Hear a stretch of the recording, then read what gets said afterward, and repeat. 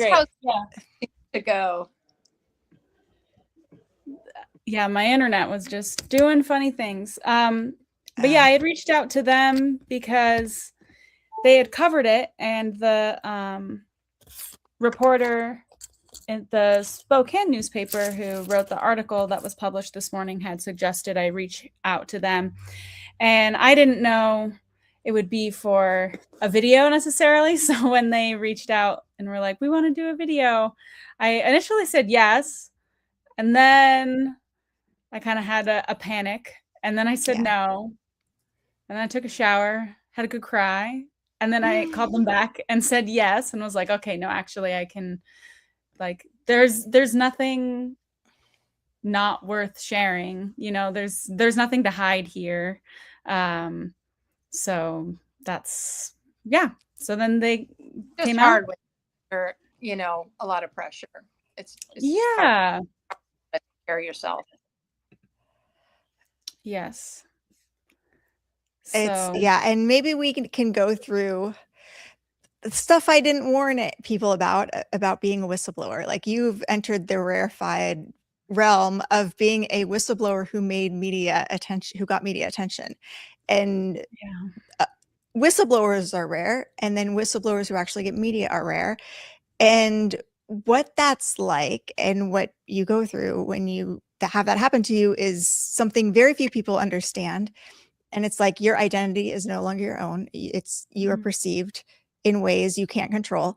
And people spread misinformation and lies about you and who you are and your intentions.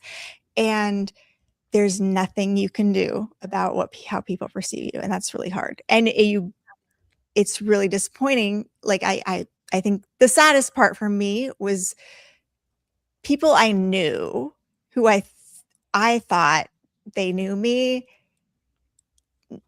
and then they're not perceiving me in the way that I perceive myself. And I realize, oh, these people are not people who know me and care about me, and they are more involved in this narrative than me as a person. I've become an object, basically. And so yeah. It's hard. You can't hold maybe conflicting concepts at the same time.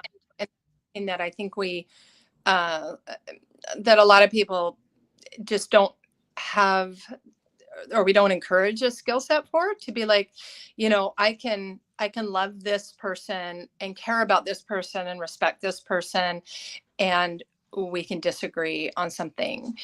And so it seems like it has to be sort of an all or nothing. And that can be very hurtful and disappointing. Yeah, I think the thing that's been weighing the most heavily is the way the school has framed this as what they were most concerned about is the attacks and the threats, and that is extremely concerning. And I think what I'm struggling with is feeling like I'm inadvertently getting blamed for those poor actors who are acting inappropriately, and that that wasn't my call to action, that wasn't my intention with this. I haven't really experienced anything in person or on campus. It's spring break for most of the vet school, so the only people that are still on campus right now are fourth-year students.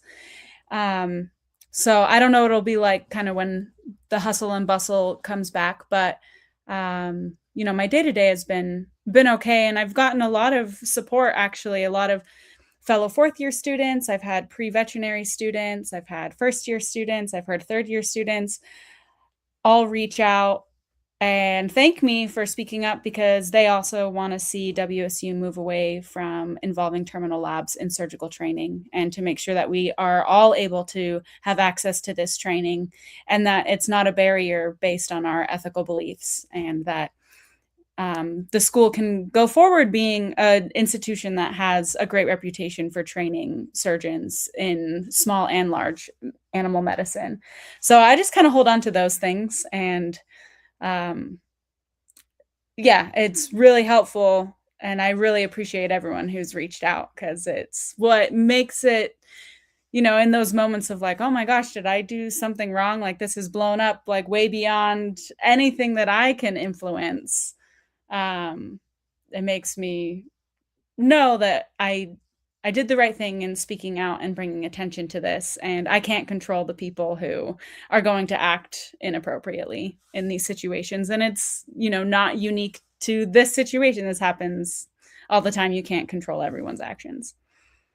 Yeah, Yeah. absolutely. I'm going to add Dr. Hannah Muller, who's also a former WSU student, to the stage. And I don't know, maybe even I should kick myself off and let you guys talk for a second. Uh, Hi And there. Hey, well, I'd love to hear from both of you, because you both did this long before me. Maybe we can start chronologically. And Erin, if you want to share who you are and um, your involvement in conscientiously objecting to terminal labs at WSU, and then we'll move on to you, Hannah. I think, I went to WSU vet school in the 1980s, and at that time there was a terminal cardiology lab that a lot of students objected to, and there was our what we called our junior surgery, that involved a few terminal surgeries, and at that time you actually did 2 or 3 procedures on an animal and then euthanized them.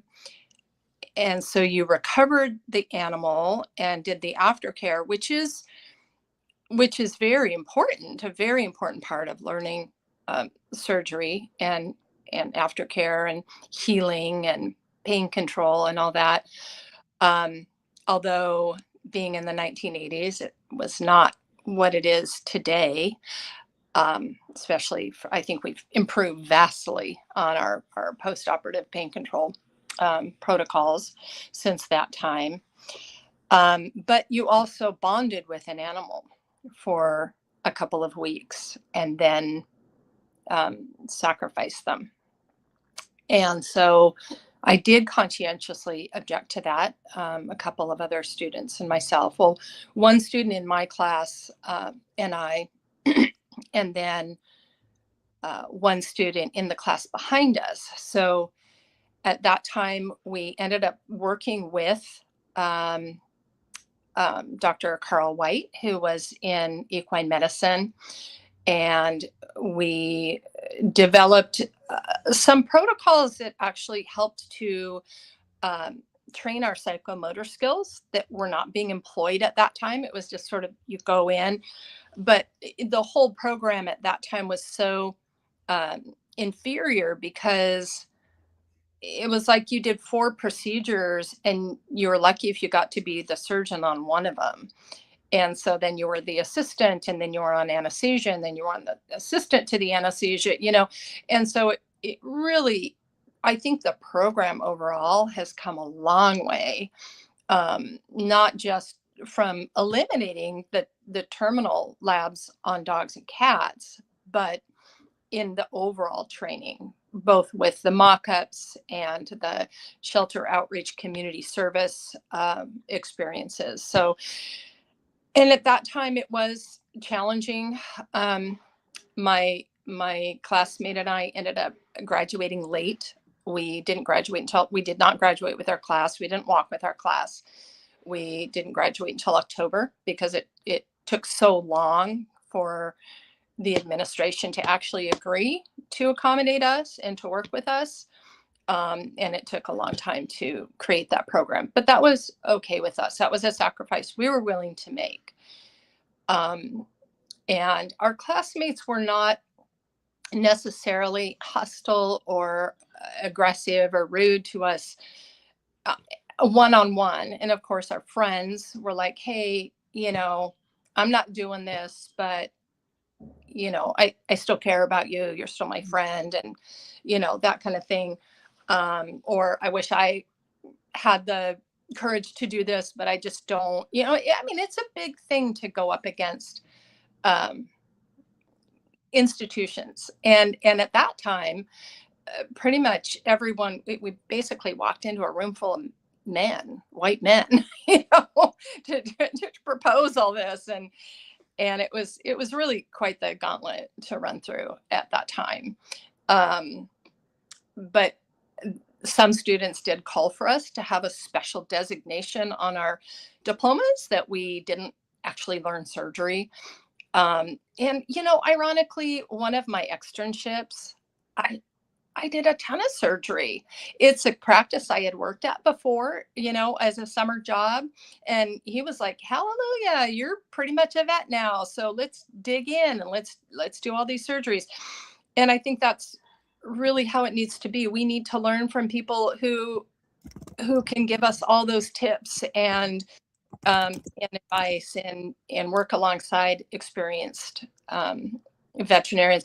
And a lot of stuff you learn all the basics. You learn your suture patterns, you learn hemostasis, you learn tissue handling. And then if you come upon a surgery, the first time I did a splenectomy, I'd never done a splenectomy before. I literally had my surgery book open. And if I had had the chance to do it with another vet before, that would be great. But, I had friends and colleagues and mentors that would, support and say, hey, you got this. And here's some tips and that sort of thing. And so if anything, we need to continue to strengthen these surgical training programs.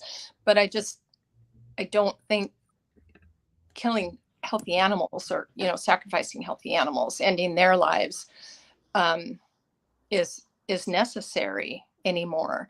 And it used to be that you could go to the veterinary school because there were students working alongside doctors, and so it was a teaching hospital. You knew that you were going to be working with students, and it was less expensive.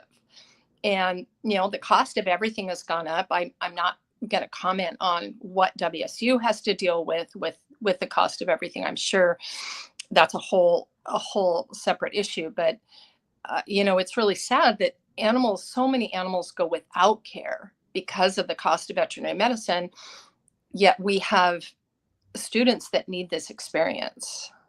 And it seems like there's got to be a way to work that out.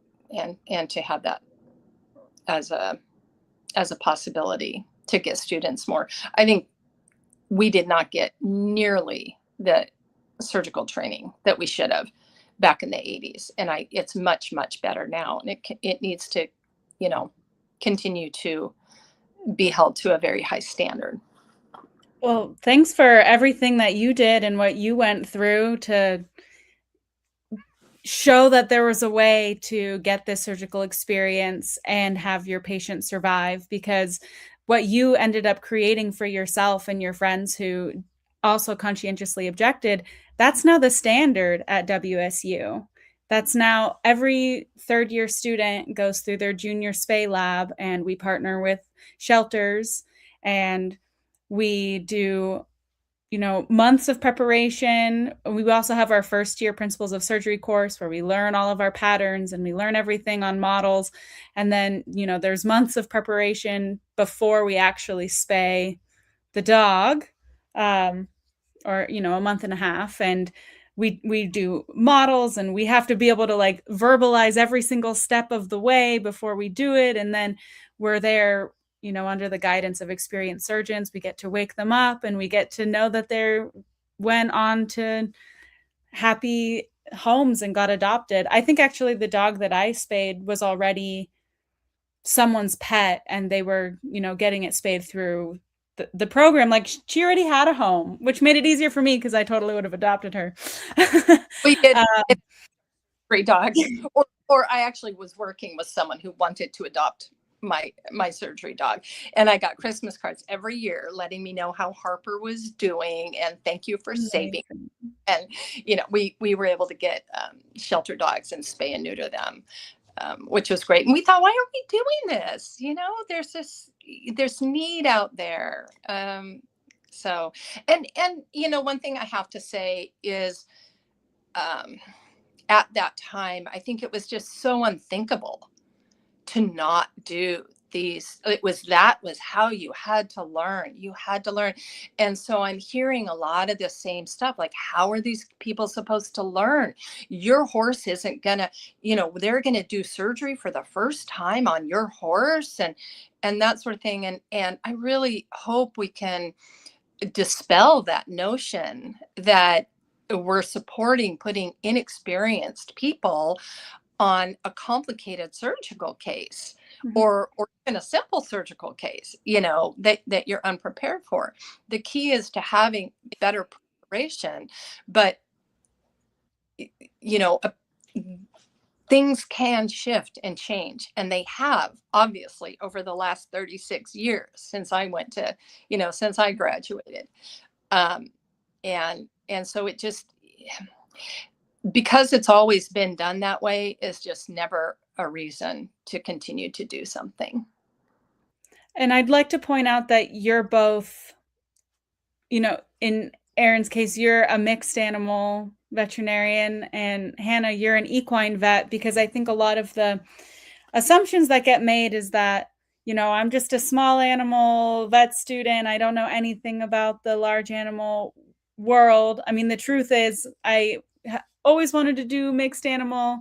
My internship that I matched is 50% equine, 50% zoo. So I would have loved to have been able to take this course if it didn't have terminal labs, because this is the population of animals that I'm going to work with. And so, in case people are wondering what kind of vets you all are, if you want to share what you do now. Yeah, I did. I did equine work for a long time, mostly specializing on equine dentistry, because as a mom, I was able to work uh, my schedule, around my kids, and not take emergencies and things like that.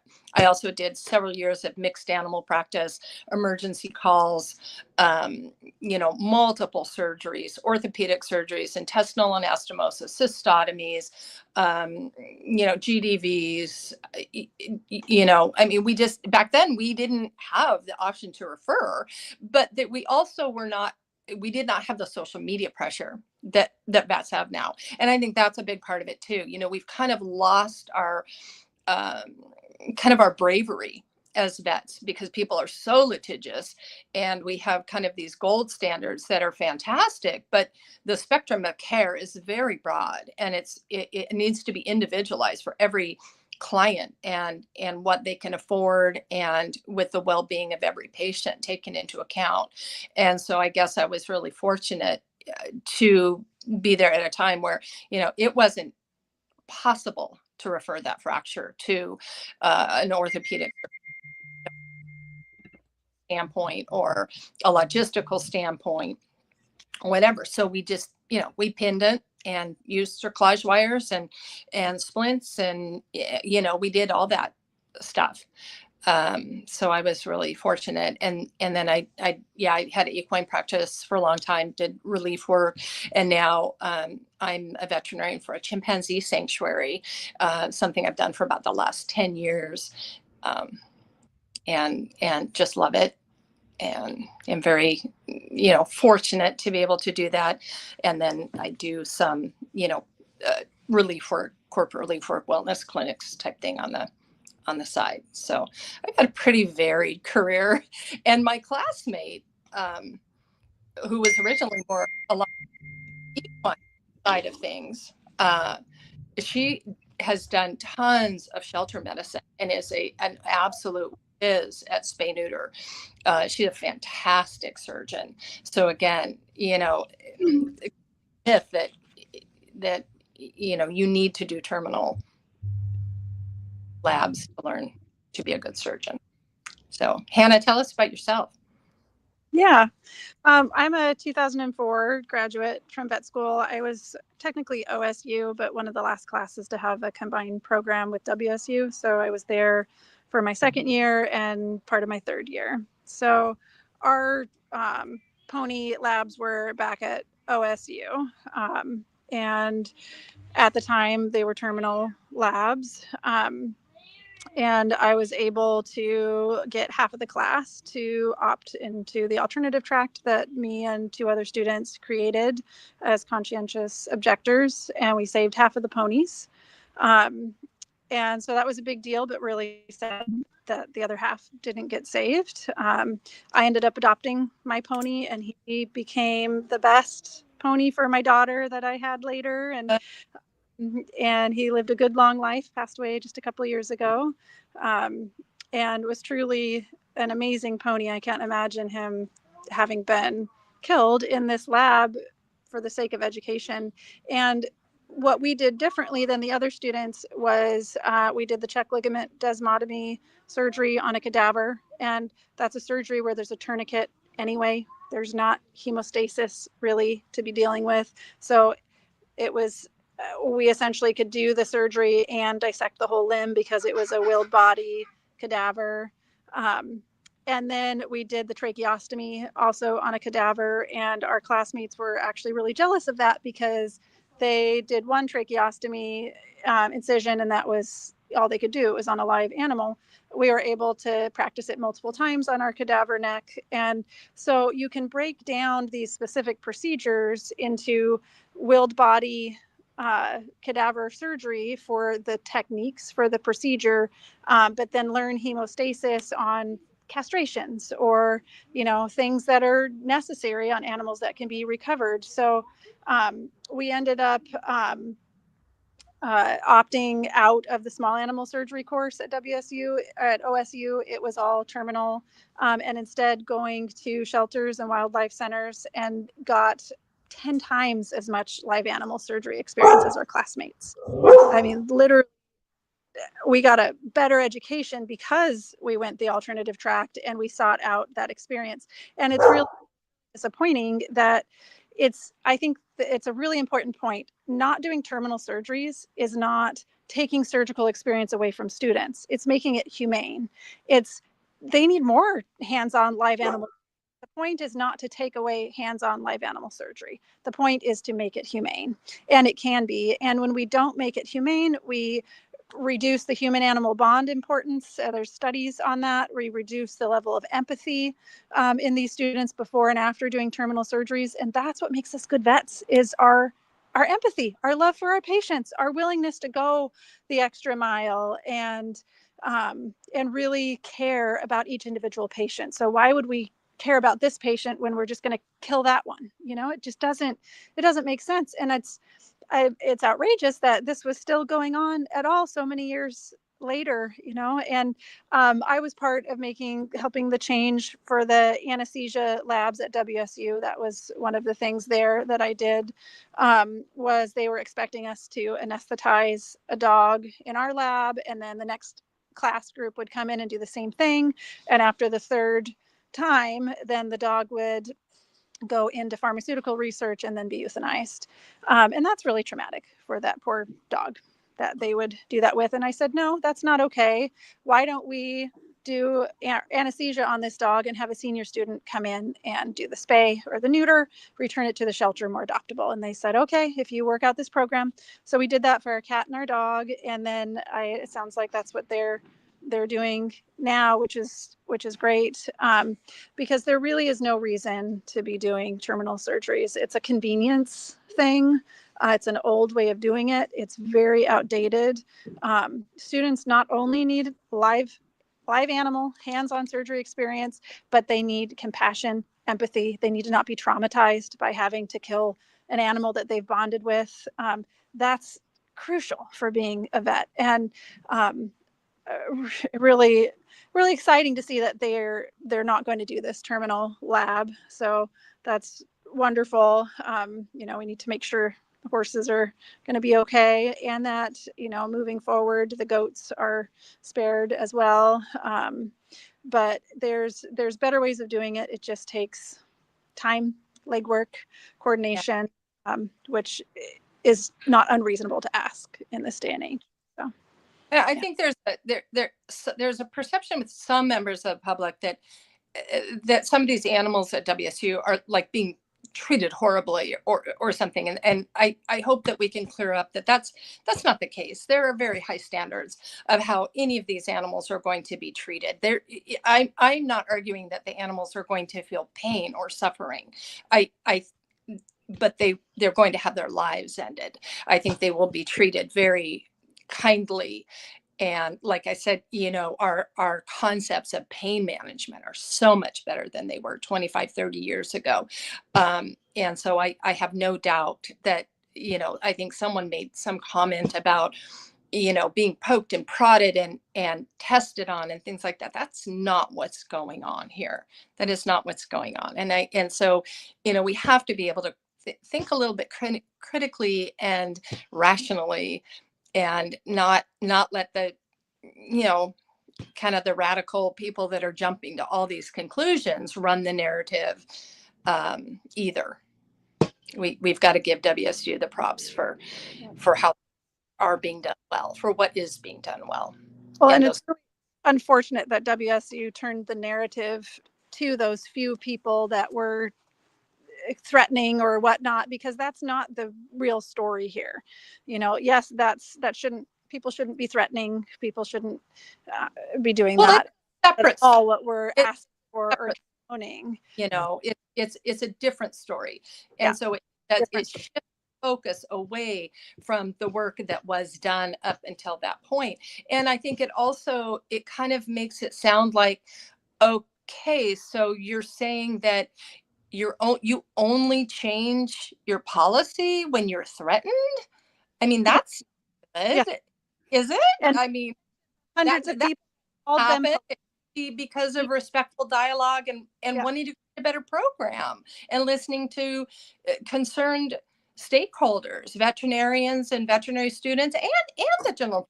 I mean, the general public's perception, is important here as well. It should be taken into account. Horse owners and those people that are going to be our clients, but we have to have transparency, and we have to have these genuine conversations. We can't be I mean, obviously anybody who threatened any of the techs or the students or the staff at WSU, that is abhorrent, and it's completely unacceptable. And I hope that those were reported.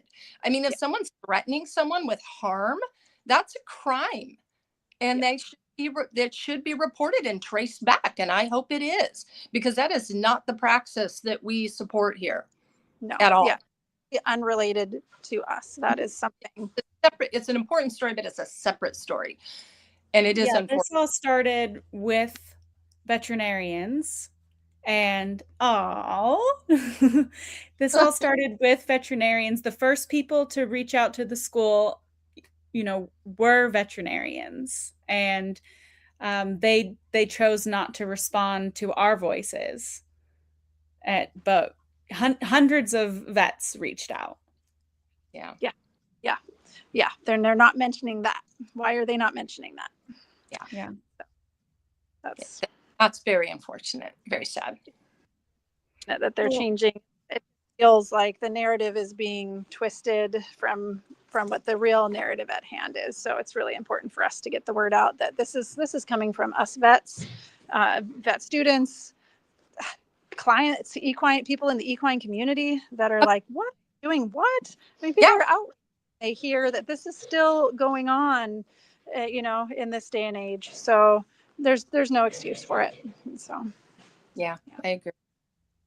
Well, thank you both for sharing your stories, and for being a sounding board to me. We have our multi-generation WSU conscientious objectors, and hopefully I'm the last generation that has to advocate for this issue. I do hope, they've said that they're discussing the goat labs, but they haven't made any commitments one way or the other. And I hope those discussions end up with deciding that, while they're in the process of revamping the equine portion, because they have committed to no longer source horses for this lab. And so they're going to, already be reaching out to the community to find alternative experience, that they decide that now's the time to do the same thing for the goats. And I'm so glad that you both shared your experiences, and Hannah especially saying how much more experience you got because you didn't do the terminal option. That's certainly been my experience. I felt like, knowing that I didn't want to do the terminal labs, I felt very motivated to go seek out other experience. And I have treated probably 50 different species and done over or near 50 different surgeries on 5 different species. And I haven't had to participate in these terminal labs to do that. And so it is very possible. And you had hands on a chimp recently. Exactly. I did, and I will again soon. Oh.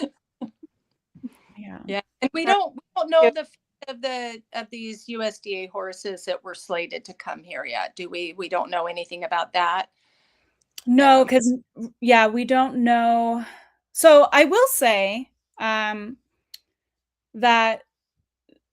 originally the USDA, so they've been doing this. I think it's like they're researching filaria, and so they've, over the course of however many years this study has been going on, they've also been breeding horses so that they have a constant supply for their study. And their study is coming to a close later this year, and they currently have 11 horses left. And 8 of those horses were planned to go to this lab. And originally, the remaining 3 were going to be euthanized. But in the behind the scenes discussion, before this blew up and became a public concern, the year-long conversations that I've been having about the adoption policies and encouraging them to really look into those and dive into the possibilities, as well as investigating the infectious disease status of all the horses, we found that there was no reason that those 3 horses not involved in the lab couldn't be adopted. And so long before this became public, someone in the dean's office had volunteered to adopt those 3 horses. So we know that the USDA and WSU is pro adopting out these animals, as long as they're, they were just going to use them in the lab because they didn't want to compromise the student experience. But the remaining horses, they were more than happy to adopt out. And that, we didn't even have to put out a call to action for that. Someone just, volunteered. So I have high hopes that these horses will find their way to somewhere better. And I know, the people there don't want to see them unnecessarily killed. Yeah, I'm sure that the people that at the USDA that are working with them want that too. Yeah. I mean, horses are amazing. You don't get to know them and then be like, yeah, never mind. I don't care what happens to you. I'm sure it's all hard on the people that were working on them as well, knowing that they would have their lives ended. Yeah. It's going to be nice when we get confirmation that they get homes, and it'd be nice to. Yeah. Yeah. And they did, again, before this kind of went viral, they did tell me they would let me know when those 3 horses were adopted. So I'm sure they'll be transparent about these as well once this has kind of died down. I know that, they're not probably trying to keep them hostage or anything like that. And so I do, want people to have faith in WSU and the USDA in doing the right thing, because they were already planning on it for the 3 horses who weren't going to be part of the lab. Absolutely. Yeah. Yeah. I have faith that things will smooth over and work out well. It's just been some unfortunate bumps. Yeah. Well, I'm with you. Thank you so much. And all the work you're doing, and that's wonderful. Thank you. And nice to see you. Yeah, you too. We'll have to all get together and celebrate, and maybe we can all go on a road trip and visit the horses wherever they end up. Be great. Really. All right. Amazing. Thank you both. Thank you. Take care, and we'll see you soon, Loria. Okay, thank you. Okay.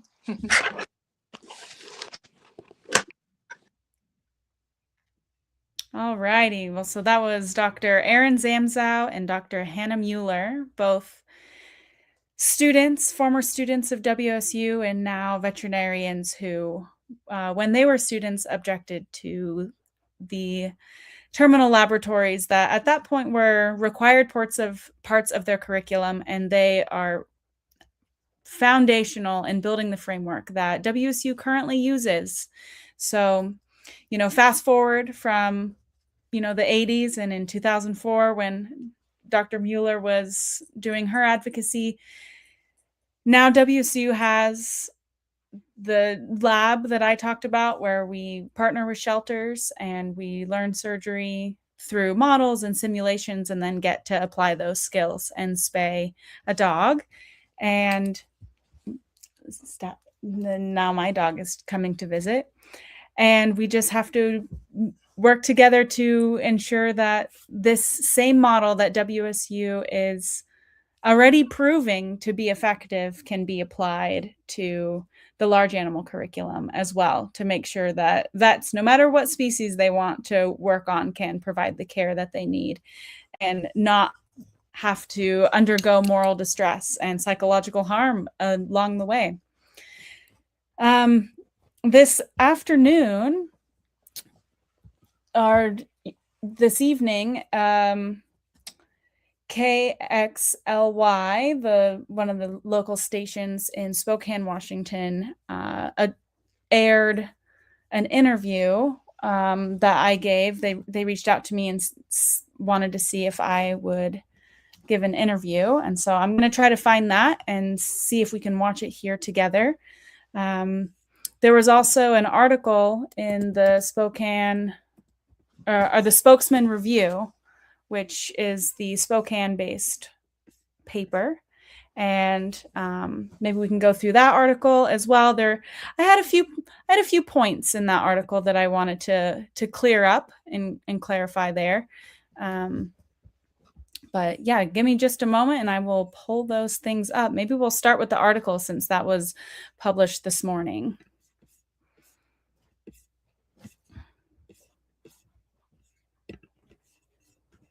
Let me.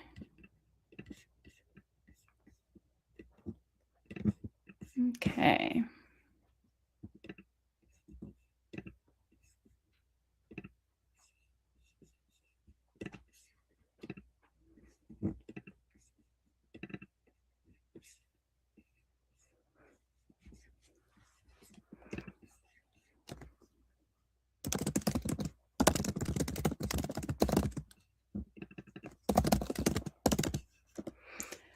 While I'm waiting for the host of this meeting to come back and allow me to screen share, I'm gonna just go ahead and read this article from the Spokesman Review.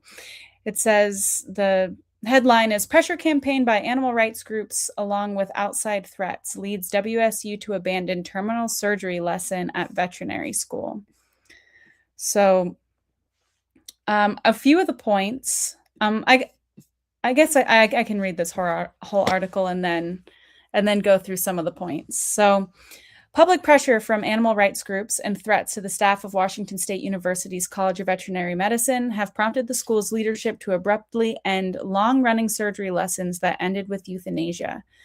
The safety of our students, faculty, staff, and animals is our highest priority, Veterinary School Dean Dori Borgerson wrote in a statement announcing the decision. Given the nature of these threats and similar incidents that have occurred at other research universities, WSU has determined that we cannot safely proceed with the equine component of the surgery course this spring and will not move forward with bringing the 8 horses associated with the course to campus.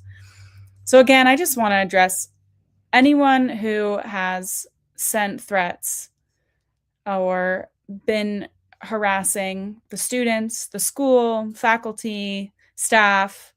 It's completely unacceptable, and it is drowning out the voices, the veterinary voices, the veterinary student voices who are bringing this issue to light, because ultimately this affects our profession, it affects our communities, it affects animals everywhere, and it affects veterinary students' education.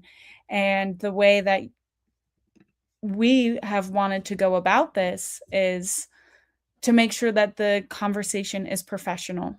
This is why I have been talking with the dean and the USDA for over a year in trying to get to the bottom of these policies. And I didn't go public with this earlier because I wanted to keep this discourse professional. So the surgeries in question are part of the university's large animal surgery course, an elective typically taken in a student's third year. The horses involved were transferred from another study, while the university purchased the goats, according to school documentation. The horses were part of a USDA department or a U.S. Department of Agriculture breeding herd in Idaho, according to an email with the dean published online by a WSU veterinary student who sparked the controversy. That would be me.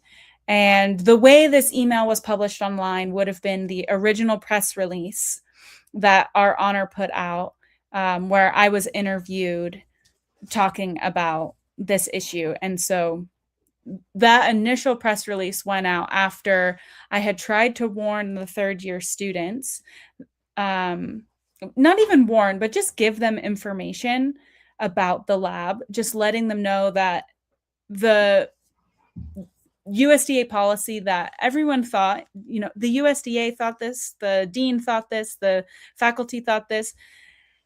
They all thought that the horses in the study all had to be euthanized at the end of the study. And this was only true for animals that were carrying infectious disease and who would pose a public health risk. And so because I know people like Dr. Zamzow and Dr. Mueller and countless other veterinarians who I've talked to over the last several years who either conscientiously objected to terminal labs or participated in terminal labs and then regretted it, I wanted to make sure the students in this lab had all the information that they could to make the choices that they wanted. And again, I will reiterate that I don't judge any of the students. I stand and I support any student who took this course and participated in terminal labs because they were not given another option to gain these surgical experiences at school. Sure, I have gone out to seek some of these surgical experiences in other ways, but that does take a lot of extra time, effort, resources. And so I don't blame any student who has taken these courses. And I just want to make sure that everyone can make those decisions based on all the accurate information. And when new information comes to light, I want to ensure that gets considered. So when I reached out to the third year students and shared the information that I had learned from the dean, who had gotten her information from multiple USDA meetings, that these horses in the lab were A, not infected, and B, could have been adopted had they not been used in the lab, I felt that was important information to share. So I did. I included a quote from the dean's email. And also in that email, she talked about where these horses were sourced, like they talk about in the article here. And the dean responded to all of the students in response to my email saying that my quote was incorrect and out of context. And that is what really prompted me to write the press release, because I felt like this was moving away from a pedagogical teaching and curriculum issue and moving into an institutional transparency issue. And I didn't want other students after me who are trying to advocate for change to also be publicly defamed. So I linked that email because that was what was being called into question in that original press release. So that's what they're citing here in the article. Nonprofit organizations, People for the Ethical Treatment of Animals, and the Beagle Freedom Project, as well as social media creators and veterinarian Crystal Heath, through her nonprofit Our Honor, have launched large-scale campaigns calling on people to pressure WSU into sparing the 8 horses and around 50 goats by changing curriculum to no longer include terminal surgeries. So yes, all of these organizations have launched campaigns, and I think there's actually a couple other organizations who've launched campaigns that aren't listed here. But I want to be clear that the only campaign or the only organization that I reached out to specifically was Our Honor. I have a multiple year relationship with Our Honor and Crystal Heath, because in my first and second year at vet school, I felt very isolated and socially ostracized for my animal advocacy and for being a vegan veterinary student. And I was looking up community. So I literally typed in vegan veterinarian and I saw, Crystal's name popped up, and then I found Our Honor. And, it's not centered around being vegan, but it is the way that I found my way into that community. And I don't think I would have been able to get through vet school in the same way had I not found Our Honor. Everyone we have online group chats, and I have the opportunity to connect with veterinarians and vet students across the world who are trying to advocate for improved practices around animals, and who conscientiously object to and call into question issues that they have at their schools or at their practices. And it's been an amazing community. And so I did reach out to Our Honor, and we organized veterinarians and veterinary students to write a letter to the dean asking for them to switch from the use of terminal labs to something more effective, like Dr. Zamzow and Dr. Mueller described that they were able to do when they were students, and that we do in other parts of our curriculum. After that press release was published, then the Beagle Freedom Project reached out to me because they wanted to verify the sources and they wanted to launch their own campaign in support. And they launched a campaign that was also very much, based in like being respectful and professional. Like, they're run by lawyers. It's very similar to the way Our Honor is run, which is run by veterinarians, where we are licensed professionals that are advocating for animals, and we do it in a way that it tries to lead with our professionalism first. And then, PETA picked it up, and then that's kind of when it really blew up, because they probably have the most massive following out of all of these organizations. But I didn't talk to PETA personally, and I didn't reach out to them personally. But when they see an issue that needs to be solved, they put all of their resources towards it. Okay, so continuing on, a web page created by the California-based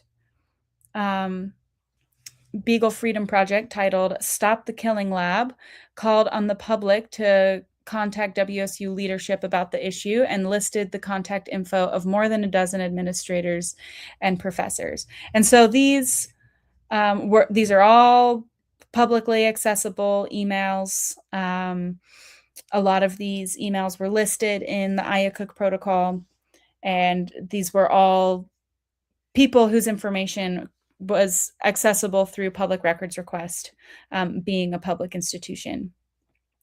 A PETA statement called the educational lab sickening, barbaric, and archaic. I think archaic is accurate here. Sickening and barbaric are pretty evocative words. I strongly disagree that these labs are barbaric. I do think they are archaic, and there are better ways. But like Dr. Zamzow said, the animals receive pain control, they receive, adequate anesthesia. And actually this year, the lab was originally for the horses, it was intended to only take place over one anesthetic event, because the school was trying to improve their protocol and improve the animal welfare in these labs. So in years previous, including last year, the horses had multiple procedures done, and these procedures were done over multiple weeks and then ultimately ended in euthanasia. But this year, they actually planned on doing it all at one go for the sake of the horses. A post from Heath on Instagram showed a clip from a nearly 20-year-old YouTube series called Charlie the Unicorn, where a unicorn stomps up and down on another unicorn. Actual footage of Washington State University preparing horses for the third-year elective surgery lab, the title of Heath's post read. Okay, so I'm pretty sure this was posted on Crystal's personal account, not our honors official account. And it was intended to be satirical. If you're a millennial, you know about Charlie the Unicorn, and it's a satirical cartoon where two unicorns are deceiving and a person and trying to lead him into a magical place, and then end up stealing his kidneys. And if you think really hard about the way this story has gone, there has been a lot of deceit. And yeah, I don't know. I don't have a lot to say on this, but the fact that they chose to write this, like, I understand why they chose to include this, but this was a satirical post, and this wasn't part of like our honors official statement. This was someone calling out the absurdity of the situation in a satirical and comedic way. The university said the decisions to end the equine portion comes as it was working towards doing away with starting the next academic school year, and years after veterinary student Larea Cottingham, now in her fourth year, first raised concerns about the practice. So again, before this went public, the school had decided to move away from the lab. And I don't know if any of my work had to do with that, just because they had to increase their communication with the USDA, and they learned that the study was coming to an end, and then realized, oh, we have to decide, are we going to get more horses, or are we going to have to transition the course away from that? And I do remember having a in-person conversation with the dean about that, where she found out that the study was coming to a close and that she was against the school buying more animals to be used in this way. Cottingham said the conversation was intended to be a professional discussion of best practices. She did not expect the online fervor and emotional outrage to take center stage. And that is super true.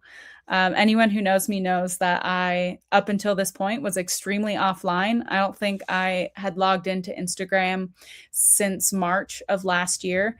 And like, I basically only have a Facebook for like Facebook groups that, I need for various things. And until this started, I had been really offline. And so I think I was pretty naive to the way social media amplifies things and the power of social media, and what gets people interested in a story or not. Because I had tried to submit several op-eds. I submitted one to our local paper here in Pullman. I submitted one to the Seattle Times, and no one was really interested in my non-emotional op-eds. And so it really wasn't until it was evoking emotion in people that people started to care about this issue. What gets people riled up is the animals, and people don't really want to have nuanced discussions about the nitty-gritty of the best way to train surgeons and community outreach and all those things, Cottingham said. They're not as emotionally evocative. Cottingham completed her first few years of veterinary school at Utah State University and came to WSU as part of a partnership between the two schools. She found herself drawn to surgical practice, she said. And this part's actually a little bit incorrect.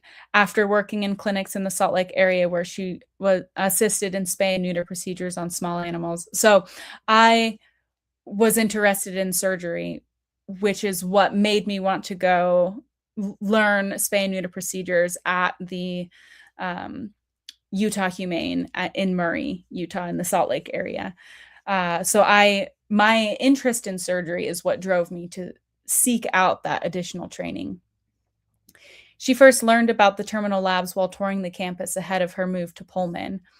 I was really surprised to learn that in that moment that WSU still did terminal labs, because it's kind of one of those things that a lot of students know about as being this thing that happened in the past. Wow. Apparently my quotes are not very good, don't have very good syntax. Anyway, Cottingham said, in the past, vet schools would have dogs and students would operate on their dogs multiple times over the course of several weeks, and then they euthanized them with the last procedure. So again, that's what our lovely vets that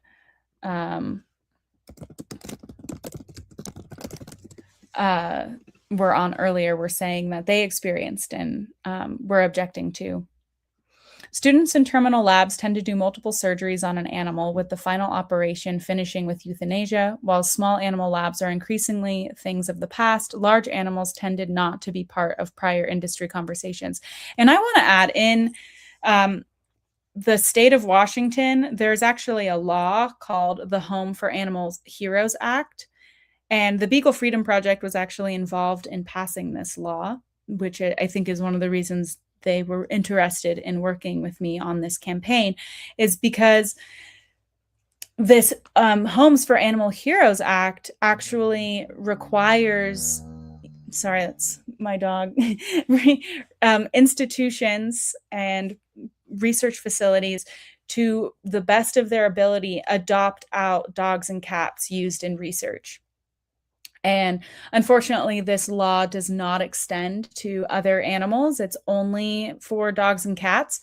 But that's how unaccepted doing terminal labs on dogs and cats is that in the state of Washington, there's actually a law prohibiting it. It's not explicitly for terminal labs, but if you did terminal labs on these animals, it would go against what this act is trying to promote, which is not wasting animal life and using trying to find ways to ensure these animals can go on and live happy lives after they've been involved in research. I think we should treat all animals with the same moral consideration, regardless if they're someone's pet or they're an animal in a shelter or they're wildlife or they're going to be used for food or clothing, Cottingham said. That animal doesn't know what its perceived use is, and so they deserve the same dignity and moral consideration as any other animal. Exactly. I wish the Homes for Animal Heroes Act actually encompassed all research animals. Use of any animal for research or education must be in accordance with federal guidelines on animal welfare. Research labs have an institutional animal care and use committee, or IACUC, in place tasked with reviewing each case and administrating those federal policies. WSU's practices were reviewed and approved by the school's board, and Borgerson said they are in accordance with the Animal Welfare Act, USDA policies, and the American Veterinary Medical Association guidelines. So I want to point out, I think a lot of these issues could be avoided if IACUC, or institutional animal care and use committees, had a more thorough and intense review of laboratory protocols. So, for example, the animal subject approval form, or the IACUC form for this course, requires the course directors to justify why these animals were used. And a justification was made for the goats, but in this protocol, there actually wasn't a clear justification for the horses. And I'll read you the justification from the IACUC protocol. And if I had control over this live stream, then I would show it to you here. But let me find this, and I can show you why I think this protocol shouldn't have been approved in the first place. And this could have saved the school and the students and these animals a lot of headache, because if they had reviewed this more closely. So the IACUC, it says, please provide a statement to address the potential harm to the animals on this study, e.g. pain, distress, morbidity, mortality, relative to the benefit to be gained by this study. And here's the justification that the course directors have provided. This course provides invaluable surgical experience for future veterinarians. The animal used in this course are purchased from animals that would have been sent to slaughter.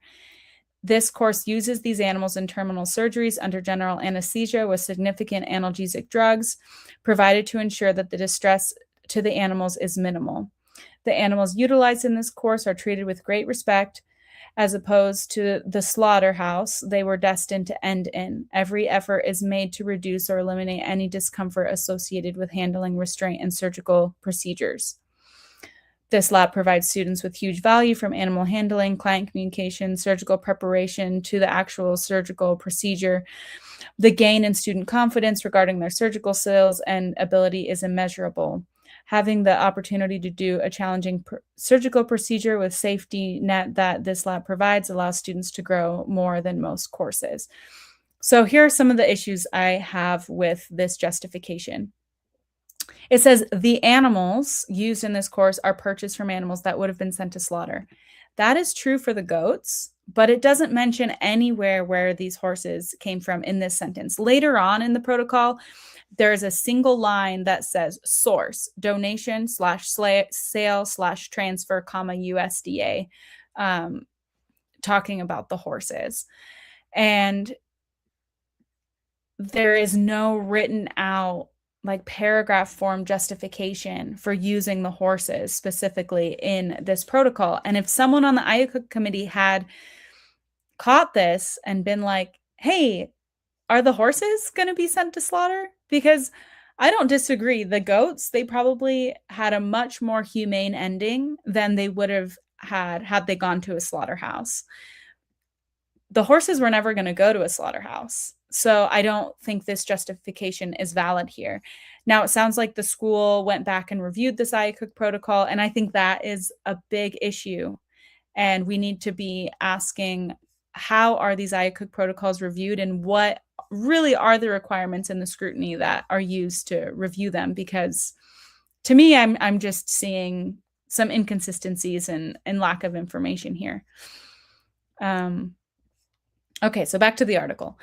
In justifying the scientific and educational value of the surgeries to the committee, professor and study lead Kelly Farnsworth wrote that alternatives like simulations do not offer the hands-on experience that live animals do. And I agree. And I think this is the biggest misconception that people are having. We're not saying don't do surgery on live animals and only do simulations. What the justification here is, they didn't look at other alternatives for getting live animal use. And the review in the IACUC protocol that shows why these labs are needed basically only talks about that live tissue handling is better than simulations. And they don't talk about saying that they investigated ways to get students into the community and providing services, and that they didn't work or something like that. So I think there's just kind of some tunnel vision going on here, and unwillingness to think outside the box a little bit to find students this surgical experience on live animals that need these procedures.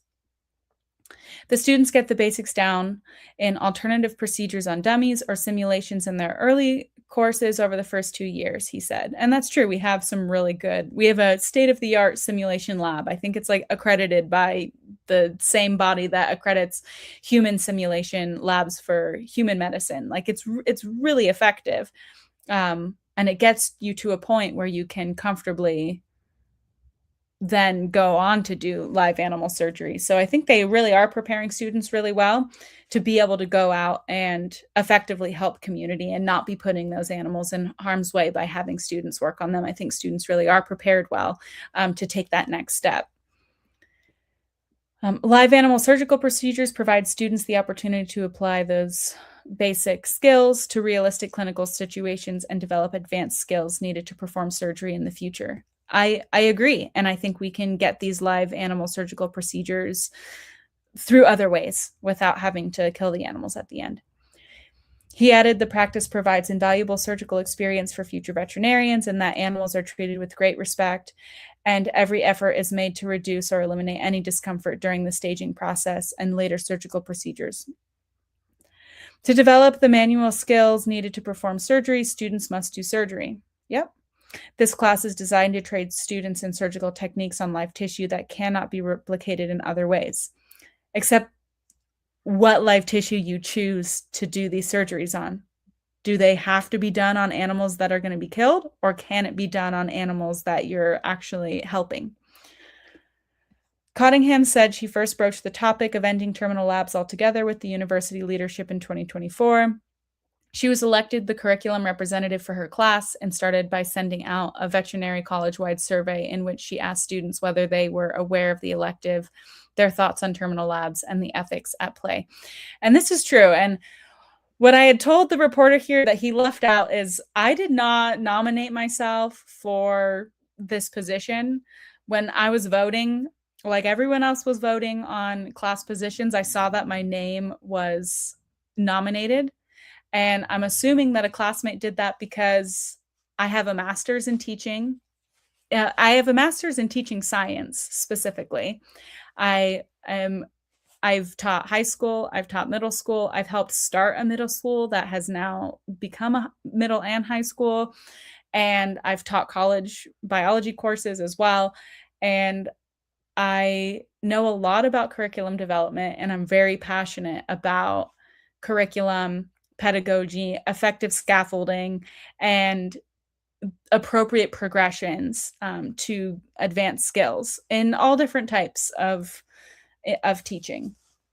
And so, you know, it was kind of coincidental, I guess, that I ended up in this position that I didn't really ask to be in. I didn't ask to be the curriculum committee. You know, I was actually trying to be like, you know, I'm going to take a step back and not be the teacher girl. But that was kind of thrust upon me, and I decided to do what I could with that. So I did send out this email, and like the article says, she received a lot of backlash from her peers, Cottingham said, but the school's curriculum committee was receptive. And that's true. She opted not to take the course herself, instead reaching out to Borgeson to continue the discussion around alternatives as she continued her studies.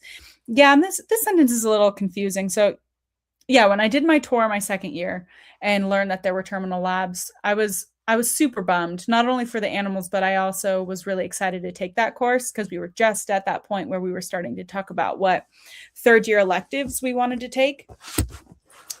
And I was intent on taking this course until I found out that there were terminal labs. And in retrospect, I really do wish I still had taken the course and had found ways to get that experience like, you know, Dr. Zamzow and Dr. Mueller did when they created alternative programs for themselves. But because it's not a required course, it was a lot simpler just to conscientiously object and not take the course. But I did reach out to the dean to talk about not alternatives for me specifically, but just alternatives in the curriculum, and kind of start the conversation about this community-based, service-based approach. And I think I had also really talked about wanting to know more details about the adoptability of these animals.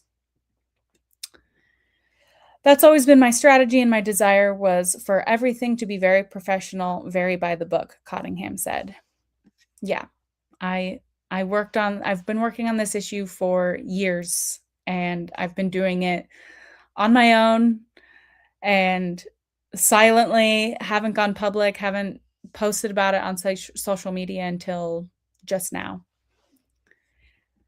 Talking about my relationship with the dean was fine until Cottingham took portions of their communications and emailed them to the class below her earlier this year, she said. Cottingham said she wanted to notify them of the procedures and her belief the animals could be adopted instead of operated on.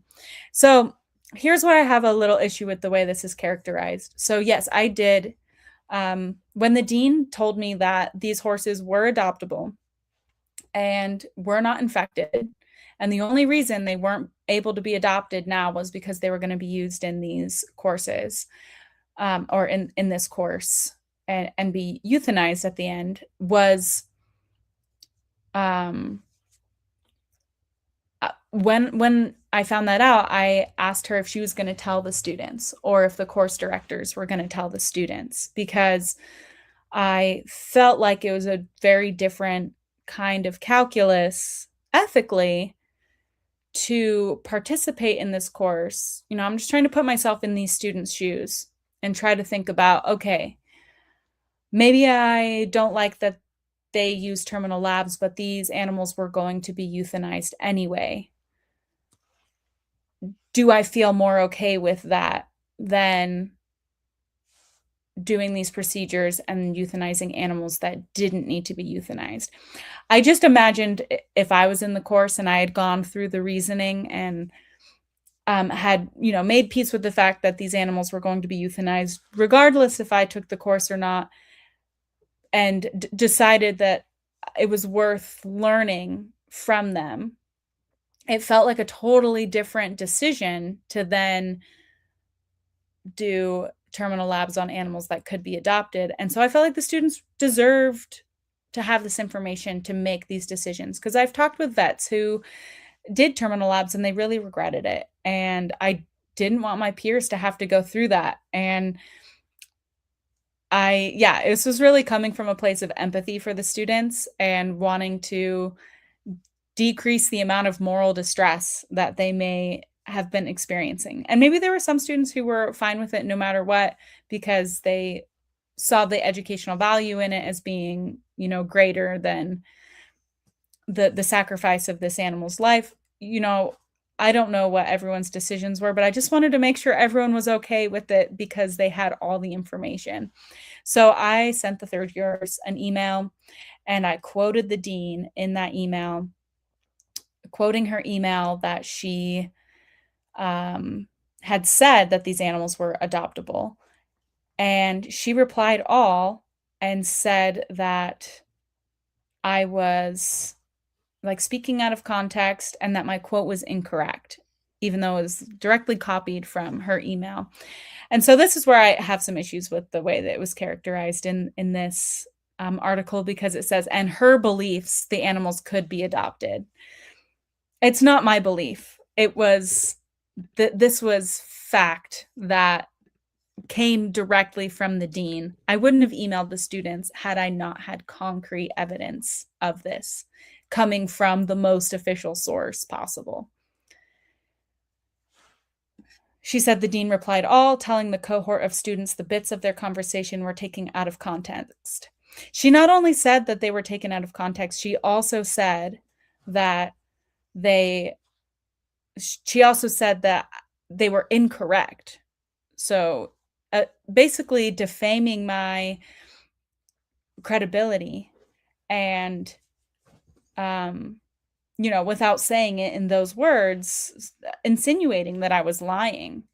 And so I just feel like this article took bits of their conversation, were taken out of context. It's like, this is the only context that they were in.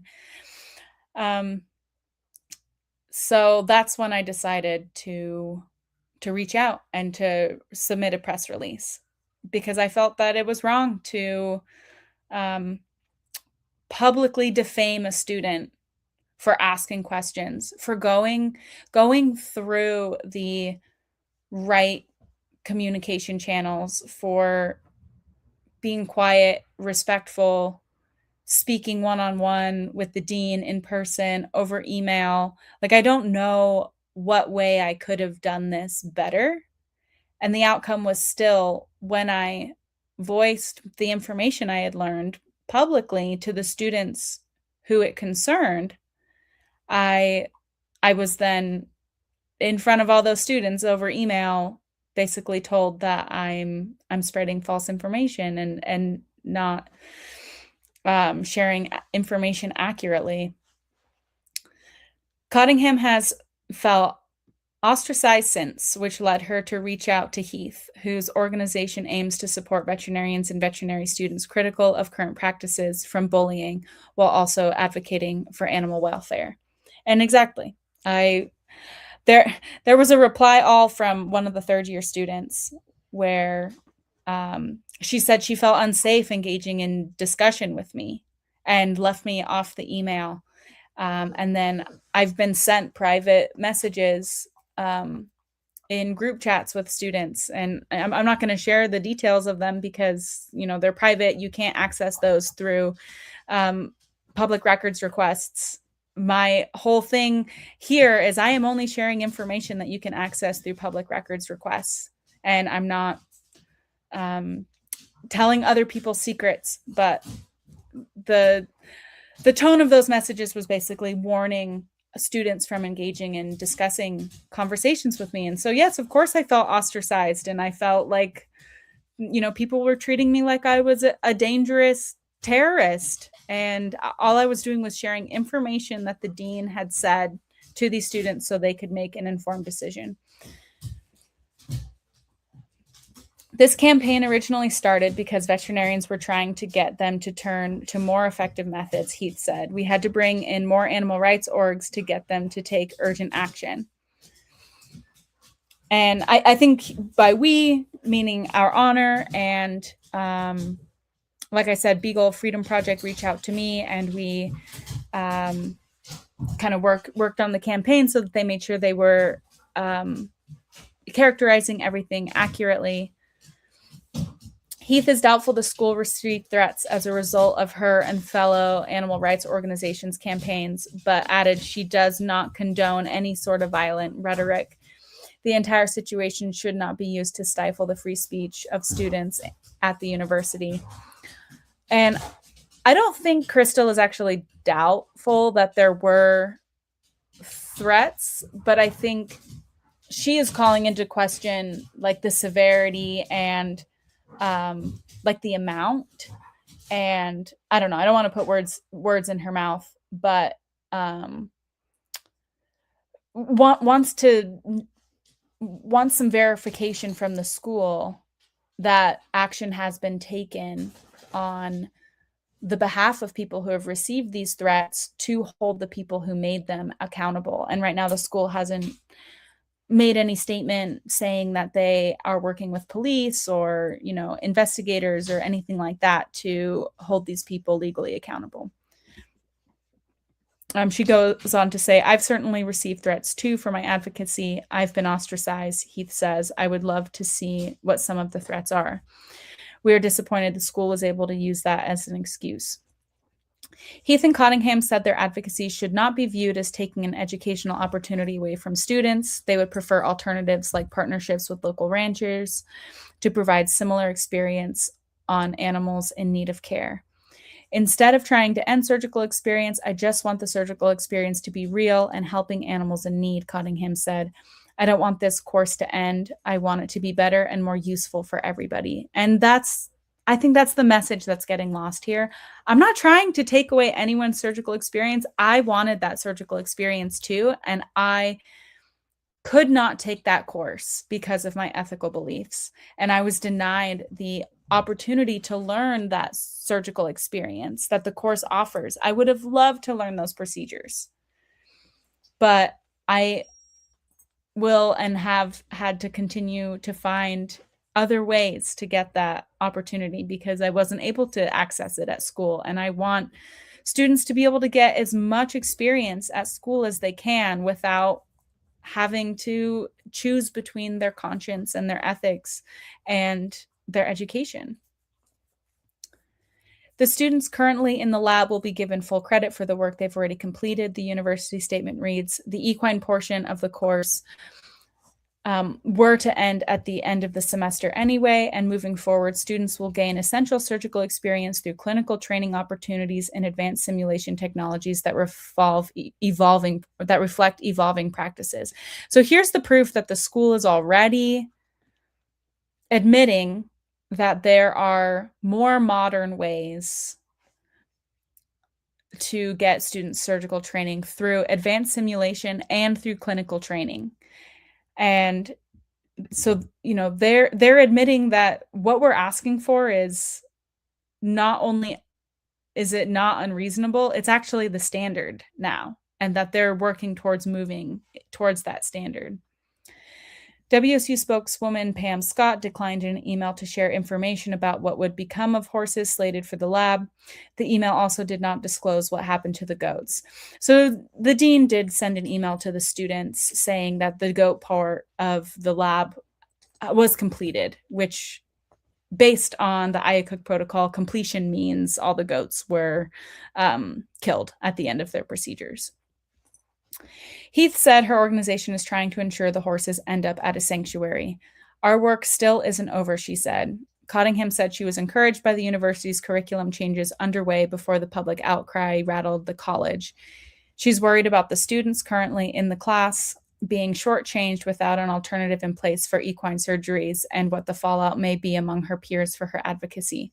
Definitely both of those. I'm so bummed for the students this year because the school didn't have those systems in place for them to learn in the way that they're saying they're going to do it next year for these students. So they took away that opportunity without, they're just saying, we're going to just give you full credit, but they're not, or they haven't at least publicly said that they're working to get the students the equivalent surgical training. And I think that's such a disservice to these students who were excited to learn these skills, who really wanted this surgical experience. And now they're not getting either. Now they're not getting the surgical experience through the terminal labs, and they're also not getting the surgical experience through the advanced simulation and clinical opportunities that the school is creating for next year.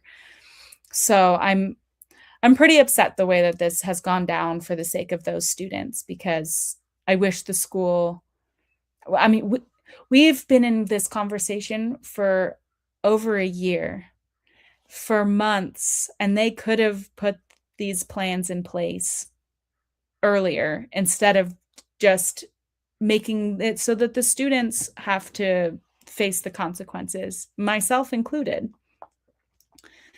Because the consequences I'm going to face are the social consequences of being blamed for all of this. And that's not really fair either.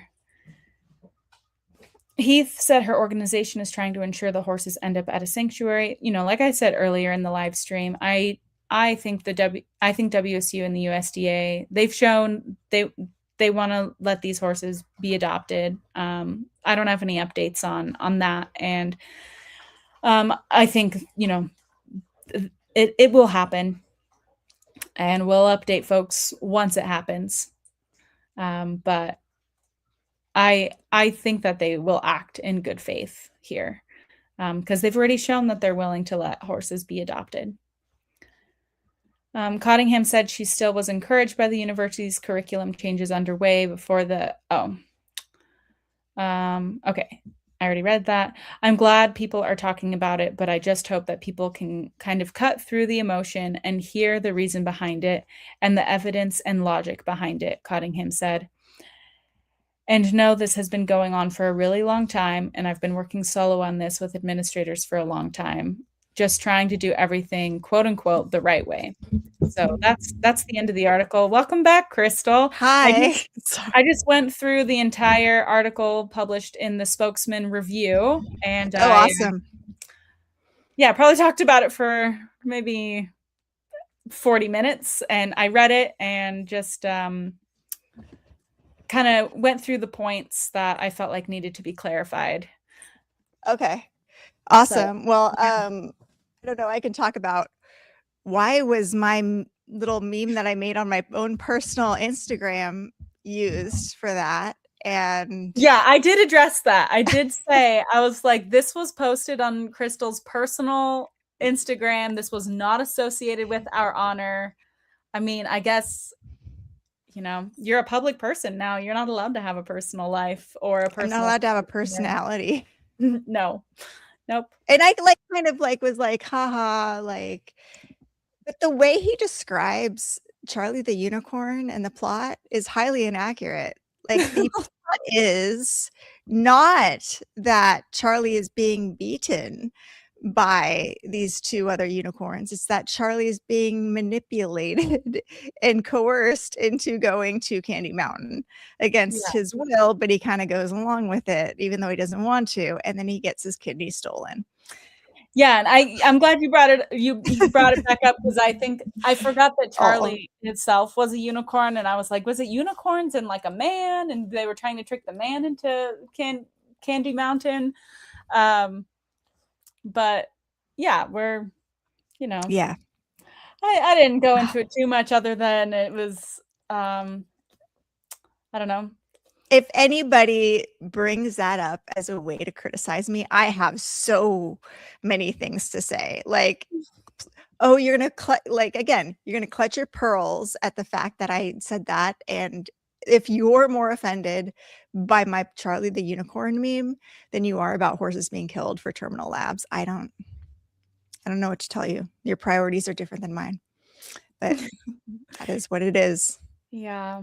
I'm not meant to run a nonprofit. Somebody else take this over so I can just write comedy for Saturday Night Live. That's my dream. I don't want to be a stand-up comedian. I just want to be a comedy writer.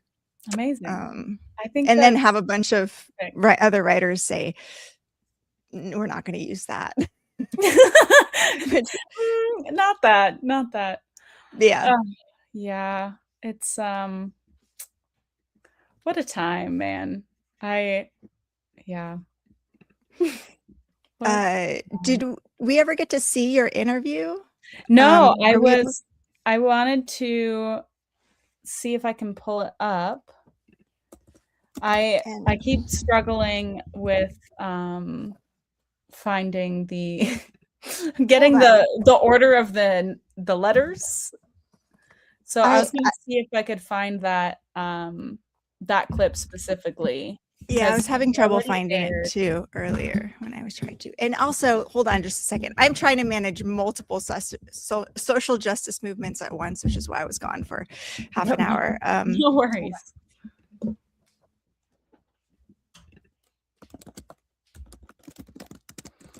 Yeah, so stay tuned if we're able to find this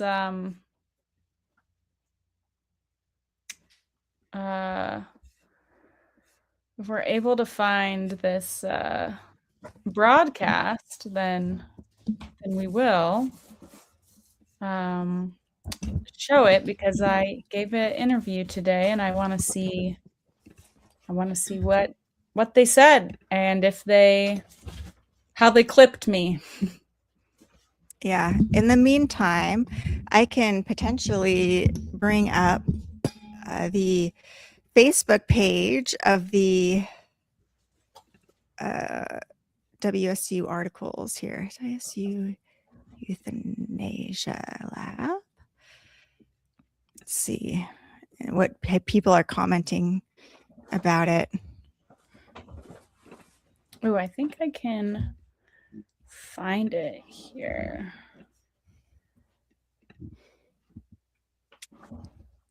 Okay, so this is the article on Facebook, and let's see what the comments are here. We have what happened to the goats. Unfortunately, the goats were used in the lab and had their lives ended. And this comment, I find it very hard to imagine that an accredited state school that has an awesome reputation like WSU would do anything to harm an animal. I find that very, very hard to believe. I'm sure those animals were serving a purpose for those veterinarians. Well, they were serving a purpose, but that doesn't... Somebody needs to read The Occasional Human Sacrifice, because literally people go through... You need to understand. Everybody needs to understand where the worst atrocities occur, and they occur in respective institutions and in respected organizations. The Willowbrook Institute.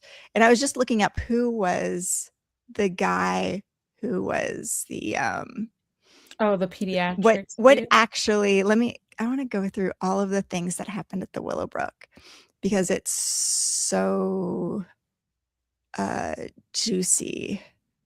Let's see if I can find it here.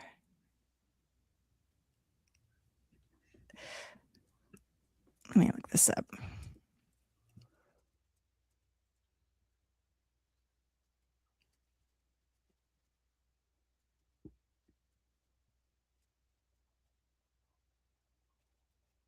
So the Willowbrook Institute, this is a place in Staten Island, New York, the Willowbrook State School, and from 1950s through the early 1970s, children with intellectual disabilities were housed here and used in hepatitis experiments. I'm going to remove this field here.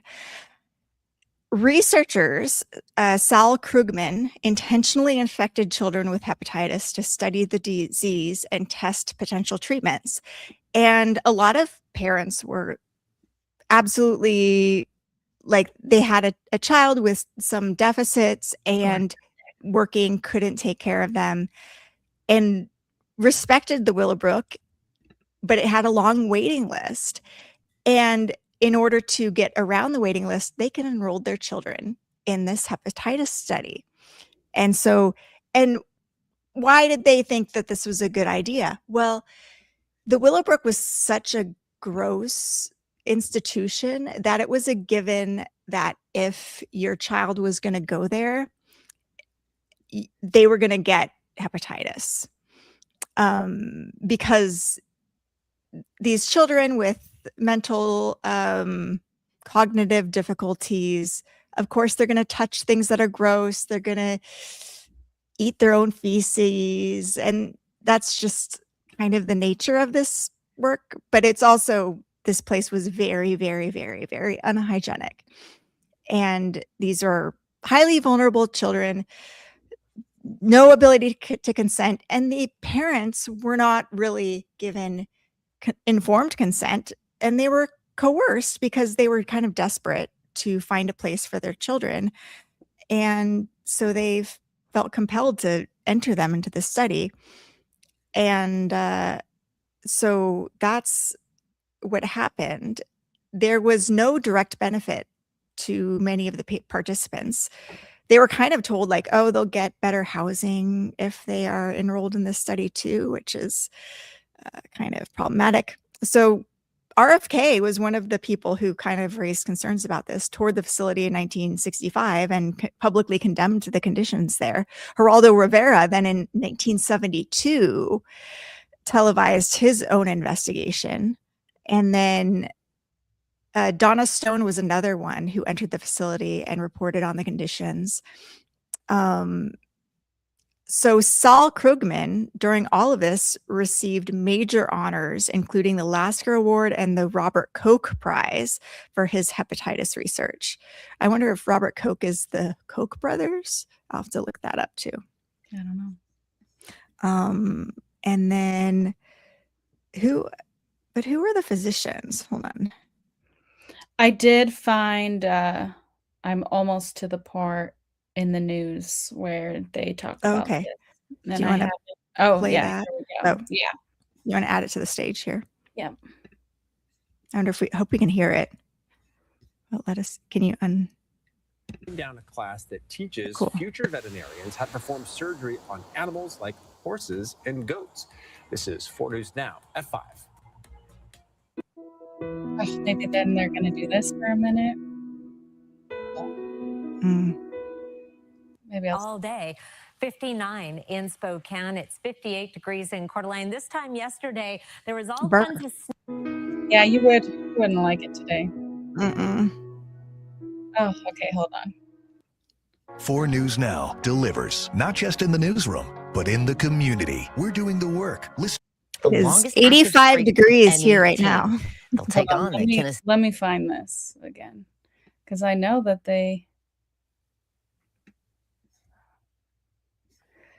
I guess right there they were just advertising that they're going to talk about it. Let me see if I can scrub through a little. Well, Geraldo Rivera won a Peabody Award for his investigating investigative reporting. Wow. Let me see. The Robert, is that Ah, okay. Coke? Oh. Decision to end the program coming up tonight at 6:30. Oh my All right, gosh. our sports coverage tonight doesn't end Later. with the Sounders. Yeah, the Gonzaga men are in Portland. It's gearing up for 6:30 their now. matchup. Oh, well, perfect. So maybe we're just about to get it. So maybe we're just 7 minutes. Maybe you can see it live. Ah. The Robert Koch Prize is named after Robert Koch, the 19th century German scientist who is considered one of the founders of modern bacteriology. Hmm. And the prize is awarded by the Robert Koch Foundation. The Koch brothers, Charles Koch and David Koch, were the U.S. industrialists associated with Koch Industries. Are there any relation? I don't think so. We're back, baby. Okay, well, almost there. I think it's after this. I think it's the next thing. This commercial break. Yeah. Be right back with you after these commercials. Yeah. Oh boy. Well, I just had fun. So I've had like little parties here at my building before and nobody really cared. And I kind of agreed to like, how is this labor meeting, union meeting thing? And I didn't think it was going to be a big deal. And it turned out to be 7 cars full of people Oh my gosh. coming into our screening room. And there was a fire alarm situation where the sprinkler like broke or something, or somebody hit it. And so that flooded the area where they were all going to be. Oh no. And so for some reason, the air conditioning is also off there. I don't know if they're trying to dry it out or whatever. And they moved all the furniture. So now we have like this movie theater in my building too. So they all packed into there, which is actually the perfect setup for what they're doing. But there was one person in the movie theater and who wouldn't leave, I guess. Oh. So yeah, but I'm happy to be part of history, which what they're doing will be in the news pretty soon too. Amazing. More news now at 6:30. All right. Washington State University has made changes Woohoo. to one of its veterinary courses after Now I'm receiving gonna have to threatening watch messages myself. sent to There you students go. and staff. It's the large animal surgery course, which is now facing public scrutiny for a component of the class that involves euthanizing horses. Madeline Mullen spoke to one of the And goats. students who's been advocating for these changes and shares why this course is receiving so much backlash. In this third-year elective class, students gain experience by performing procedures on live goats and horses, animals that are ultimately euthanized at the end of the course. Not The euthanized. We school need to. uses animals that would I be know. killed And otherwise. I say euthanized in my because I don't know. Because that's the I didn't lingo want people on- understand. I get it. I didn't want to get in trouble saying kill on End their lives, or it's a good. Yeah, I know. Yeah, But killing. this God, yeah. semester, fourth-year veterinary student Larea Cottingham she got- says she learned that wasn't the case for several horses. They were not infected with disease, and had they not been part of the terminal lab, that they could have been eligible for adoption under the USDA policy. In emails Cottingham shared with us, this information was confirmed with the dean of the veterinary school. The dean also mentioning that had they known in time, the class could have been altered and the horses could have. Yo, they knew in time, and the only reason they didn't know in time was because they drug their feet for Yeah. a year. I first asked if last year's horses could be adopted, and you bet I am kicking myself for not being Same. here earlier, because if we could have saved last year's 8 horses, and I'm just like, wow, what a failure on my part for not My being part too.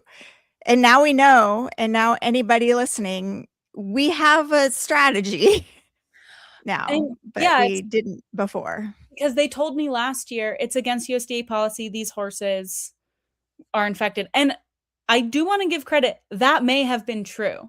Those horses may have been infected and ineligible for adoption, but we'll never know unless they fulfill our public records requests. Been adopted. just a different moral consideration on how to use an animal if they were going to be killed anyway versus they could have gone on to live a life somewhere as someone's pet. While WSU Can you pause it for a second? Where are you and why are there so many dogs barking? In my backyard, because we didn't and it's really your dogs? have. No, it's my neighbor's dogs. Yeah, didn't know where else to go. I was like, well, I can't go to campus and do this. And I just want to say, I knew they would probably clip that part. I don't think it is a different moral consideration whether animals were going to be euthanized anyway or going to be slaughtered and used for food anyway versus they're a beloved companion type animal. I just want to make that clear. I was just in that clip, I was describing why I chose to whistleblow and tell the students is because I felt that as a student, I was putting myself in the shoes of the students. I may feel differently about killing an animal that needs, I mean, as vets, we all euthanize animals because it is the humane thing to do when these animals are suffering. And so in that way, veterinary medicine is very different from human medicine, is that ultimately becomes a part of our medical decision making. But this is not that. This is either animals who were going to be slaughtered for food, which I don't think is a good enough excuse to kill an animal, or animals who are going to be killed because they were used in infectious disease research. Also, I don't think is an appropriate way to use animals. But I'm just imagining like the average student who maybe eats meat and, you know, doesn't feel those ways about these things. I could imagine feeling very differently about killing an animal that the school purchased before it went to slaughter versus killing an animal that could have been adopted. And the only reason that they're being killed is for my education. Yeah. But here's also the thing. People wonder what's wrong with killing an animal who is intended for slaughter. Well, that's food waste for one, because there are so many food. If you eat meat, you should be against terminal surgeries for this reason, because there are so many food animals out there who are languishing and dying and who will be food waste and not become meat because they aren't getting medical treatment. And students should be providing care to those animals, even if they could become meat. But here you're purposefully redirecting animals away from the food supply to train students and then not even allowing the students to practice post-anesthesia recovery. That is totally food waste. You're not only denying another food animal medicine, you're taking away another animal from the food supply. So really, you're kind of dooming two animals. You're wasting meat from two animals. So even if you're a meat eater, you should be opposed to this because of that. Agreed. And I will say, allegedly, some of these goats were not healthy, and they are those animals that you're describing. And so those animals could then maybe have received medical treatment. Some of these goats may be in medical treatment because they were coming from a farm where they were being raised for meat. From students that I have talked to who have taken the course, a lot of them are like, yeah, these goats were not in good shape to begin with. And why though? Wouldn't have necessarily gone on to live happy lives. I don't know enough about the goat side of it, honestly, because I knew that wasn't what was going to get them to change the lab. The goats, they'll change it because they ultimately decide to do away with terminal labs, not because they have moral consideration for goats. Yeah. So many people should let us know what's happening with those goats. I would like to know more. What do you mean they didn't look good? And were we paying somebody for those goats? And are we reinforcing potential bad husbandry practices? Yeah, the school definitely buys them. Yeah. Yeah. planning on ending the horse terminal lab portion of this course. They were not planning on doing so until the end of the semester, despite already knowing that the horses they would be using could be adopted otherwise. Cottingham shared this information. Well, I like she's actually sharing, like, yeah. I'm gonna replay that. Yeah, replay that. Hold on, I went back too far. Oh no, did I lose it? Oh, it's too.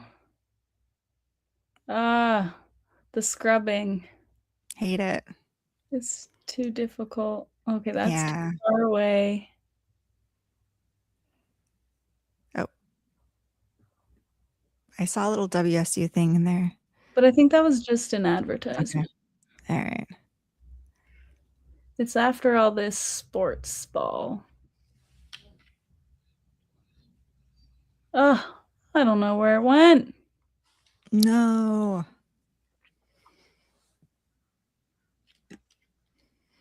And Madeline Mullins, 4 News Now.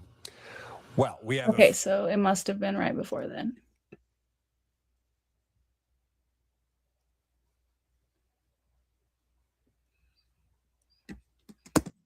On live goats and horses, animals that are ultimately euthanized at the end of the course. The school uses animals that would be killed otherwise, but this semester, fourth-year veterinary student Larea Cottingham says she learned that wasn't the case for several horses. They were not infected with disease, and had they not been part of the terminal lab, that they could have been eligible for adoption under the USDA policy. In emails Cottingham shared with us, this information was confirmed with the dean of the veterinary school. The dean also mentioning that had they known in time, the class could have been altered and the horses could have been adopted. It's just a different moral consideration on how to use an animal if they were going to be killed anyway versus they could have gone on to live a life somewhere as someone's pet. While WSU was planning agree. on ending the horse terminal lab portion of this course, they were not planning on doing so until the end of the semester, despite already knowing that the horses they would be using could be adopted otherwise. Cottingham shared this information with the students in the class, and after receiving pushback, she turned to the animal advocacy group Our Honor and wrote a press release that went viral. I'm really disappointed that some people took the call to action to write letters and call the school, persuading them to change their curriculum. That some of those calls have been threatening and have been harassing. WSU says it already planned to end this terminal horse lab where they do the procedures by the end of this semester. The university wrote in a statement that it received threats towards members of its community, and for the safety of students, faculty, and staff, it abruptly canceled the horse component of the course. In Pullman, I'm Madeline Mullins, 4 News Now. Well, we have a front row seat tonight to watch. Well, I think Paid's WSU as being a little sus. you what? You think I that feel like that news story kind of like makes WSU seem a little sus. yeah, I mean, yeah. It's actually I think I knew as soon as I'd said that they were going to take that clip and be like, it's a different moral. What I was saying is I'm imagining for the students, but that's all right. You guys know that I don't think that. It's always frustrating to be on the news because they're going to clip you out of context. They're always looking for the most viral thing that you're going to say. And I've been a victim of that happening to me too. Like, and they clip the thing that I didn't want them to. So vegans don't come at me and say that I think it's okay to use animals based on whether we're going to kill them anyway. I am vegan and I don't, that's not what I was saying in that whole, in the whole sentence. So that's an example, Dr. Borgeson, if you're watching. And I will like context. correct like some of their inaccuracies. So we wrote that press release. that press release didn't really go viral. It And didn't go viral. that it wasn't really a thing. That wasn't what inspired people to call Yeah. and email and everything. It was Beagle Freedom. It was okay. So first the oh my God, I'm blanking on their name. Northwest Animal Rights. Northwest Animal Rights Network. Northwest Animal Rights Network. And they're not getting any press. Yeah, and my bad too. I need to email them and thank them because I actually first reached out to my co-authors at PCRM, and I was told, like, have you reached out to Northwest Animal Rights Network? And I'm like, okay, I'll reach out to them. And they did their press release and everything. And then still nothing happened. And then, but our press release did get the attention of Beagle Freedom Project. And I when think what got their attention was because I specifically cited the Washington State Homes for Heroes Act, and they were a part of getting that act passed. And so I think they would have been interested in this either way, but I think that specifically piqued their interest. And it was so funny when they reached out because, like, the night before I was having dinner with somebody who was like, oh, I'm really good friends with Shannon at Beagle Freedom Project, and have you reached out to them? And it was like the stars were aligned for us to collaborate. And then like after that, and still like wasn't really we're like, we have how many days potentially left? We don't know. We've got to pull out all the stops. And that's when I personally took it upon myself to get without asking me, just putting it without out there. asking me. And I think I got some push. I've said on the record, I didn't reach out, and they never have talked to me directly. I never reached out to PETA, and I'm not saying I'm not grateful for PETA because it's because of them that this blew up. I do think it's also because of PETA.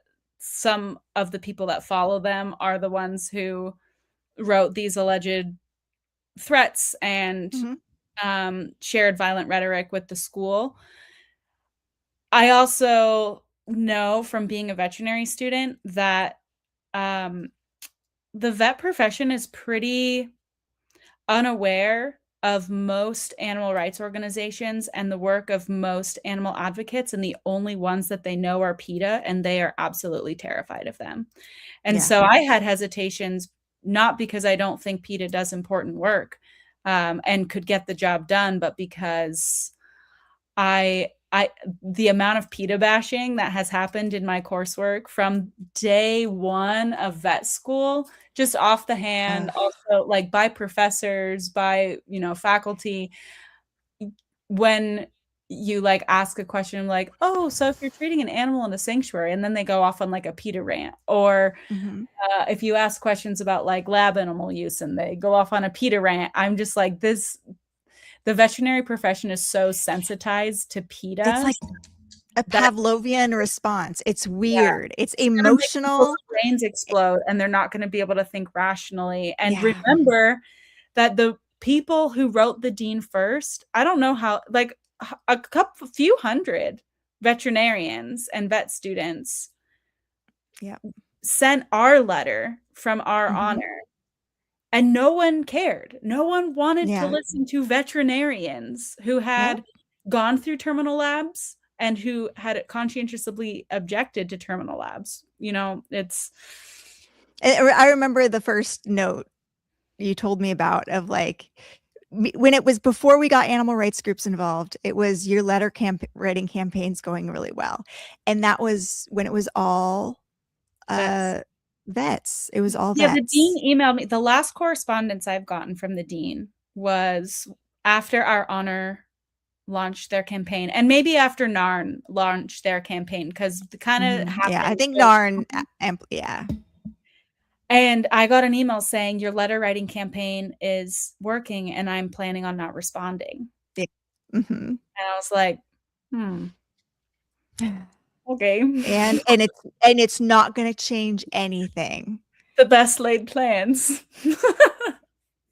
Uh, yeah, not.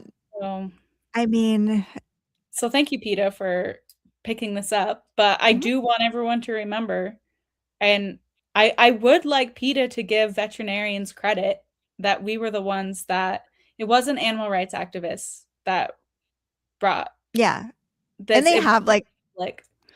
And yeah, again, I haven't been in any maybe after all of this blows over, we can chat. But I it would be awesome for them to have like a public statement of like, we support veterinarians who speak out against these practices, and we're here to support you, or basically yeah, what our honor does. But it's nice to hear it from other places, because yeah. sometimes they veterinarian bash themselves, not PETA, but their members. Their members, which is their members need to realize PETA hires veterinarians. Yeah, PETA pays the salaries of veterinarians, so don't be absolutely. vet bashing. And I It's think not that's the big helpful. misconception about PETA, is people think it's PETA the organization. I'm like, PETA is a professional organization. They have their own lawyers, they hire lawyers, they have their own Yeah. vets, they hire veterinarians, like and people always accuse them of going about it the wrong way, and they don't realize that PETA does exactly what I did, which is getting in the rooms where decisions happen. Like, PETA owns stock in like companies like Ralph Lauren and Mhm. companies like that, so that they can say, hey, as a shareholder, I would like to see this company not use animal products in its Mhm. fashion. And if that's like not the most peaceful, professional way of going about it, like, I don't know, what I keep coming back to is, clearly I did this the wrong way in the view of Yeah. WSU students. I want to know what the right way is, because Yeah. I worked for a year getting information, being very open. My very first conversation about this, I remember telling a faculty member that I was really concerned about terminal labs, and that I wanted to do something about it, and that I was going to go through all the proper means of communication, but that I also wasn't afraid to reach out to my network outside of the school to have this issue be brought to light. And I was supported. They were like, cool, you do you. I mean, that was so I don't know what is the right way, if this is the wrong way to do it. And yeah. Yeah, I'd like to know too, but it seems like whenever I ask that question, people don't really have answers. They don't respond, and it seems like that's all of my colleagues who are criticizing me, like, on my social media. It seems like they spend more time criticizing me than actually helping me do this work. Like, I am doing this all alone. I reach out for feedback, nothing, crickets. And then all of a sudden, I get some press attention, or we get Crystal, you shouldn't with have posted the Charlie yeah. video. That was bad advocacy. Then, we make something happen, and then people respond to the backlash and the everything. And it's like, you weren't here when we were working on this. Do you want to be here now? And all of the people, there were so many people who were like, well, the horses are still going to be killed. Now you've just denied students learning, and the USDA is going to euthanize them. And it's Well, just not true. The USDA already agreed to adopt the horses that weren't going to be used in the lab, and someone in the dean's office said that she's going to take the horses to her land. And I'm not going to say where it is, because that's her privacy, but mhm. it's in a place nearby, and she has a lot of land, and the USDA was 100% okay with that. Yep. So I have faith in this Yeah. animal research station at WSU that they want to follow the policies. Sometimes they don't know what their own policies are, but they did the right thing and moved it up the chain. And, from correspondence with the dean, they had like national meeting. Like they asked the big honchos what the policy was. And then they told it to me. That took months. And then finding out if they were infected or not also took months. But, they did slowly do the right thing. So Yeah. I don't think they're going to kill the horses. But all those I don't know people if who we're going to have a say, say in where they go, but yeah. Yeah.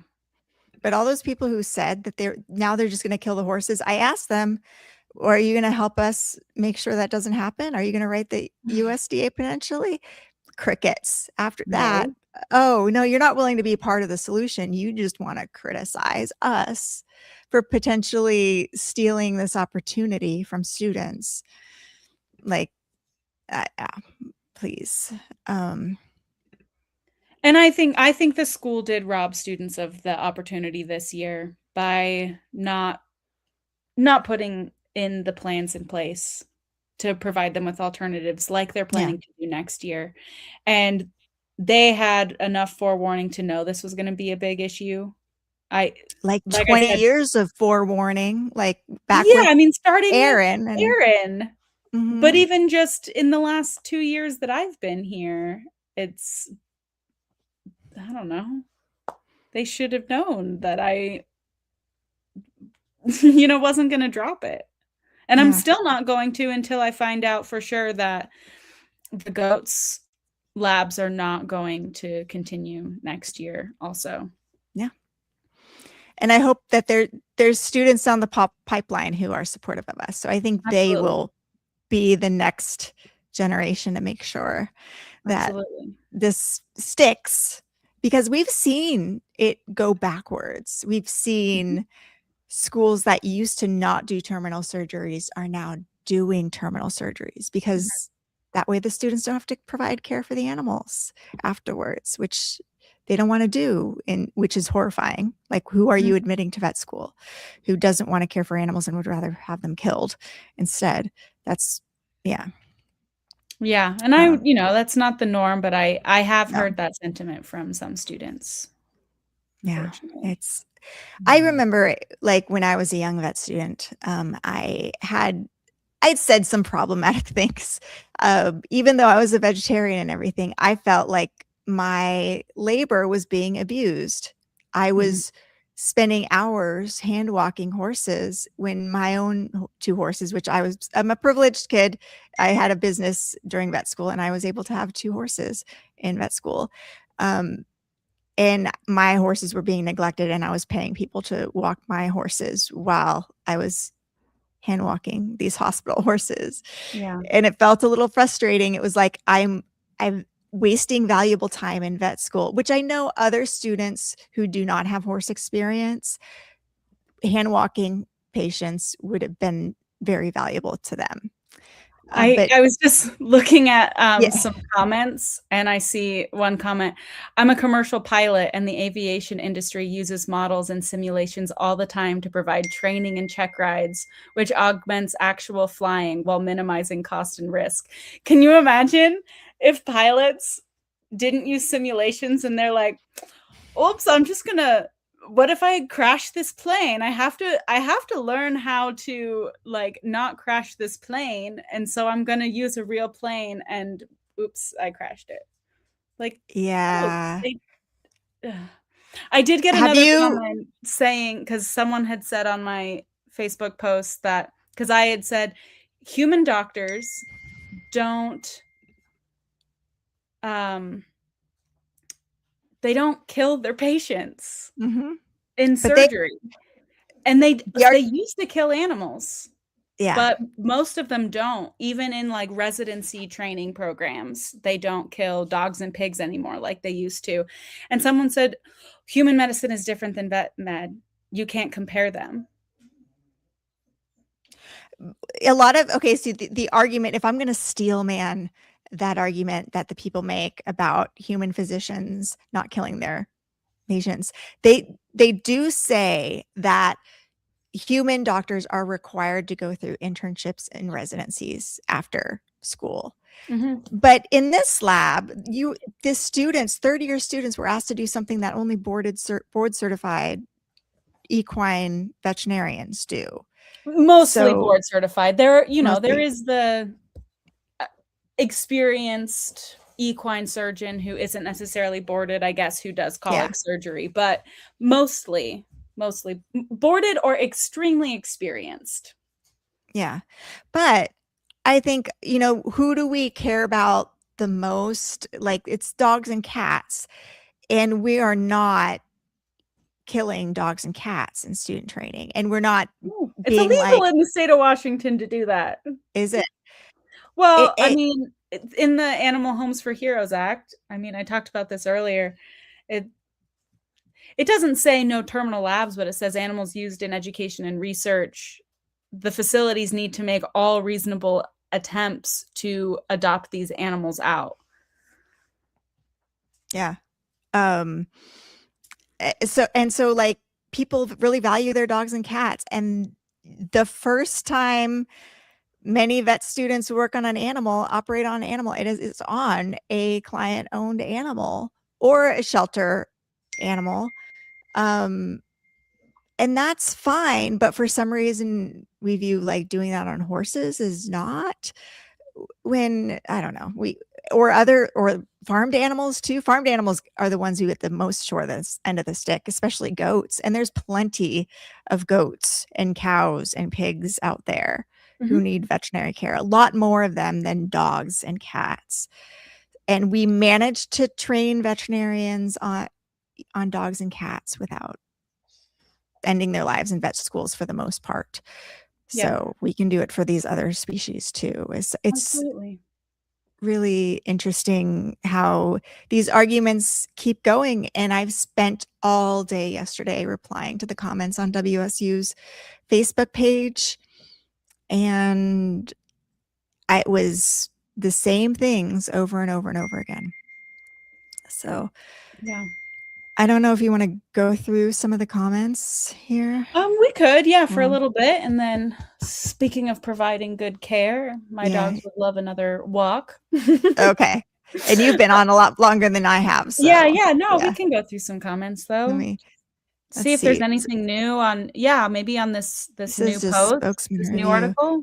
I had no idea this type of thing went on at WSU vet school. I see online that the rescue organization is reporting that WSU killed all 60 goats for their surgical training. WSU would not comment about the goats in the spokesman article. Yes, and I talked about that, and when I read through the article of that. Yeah, that part's done.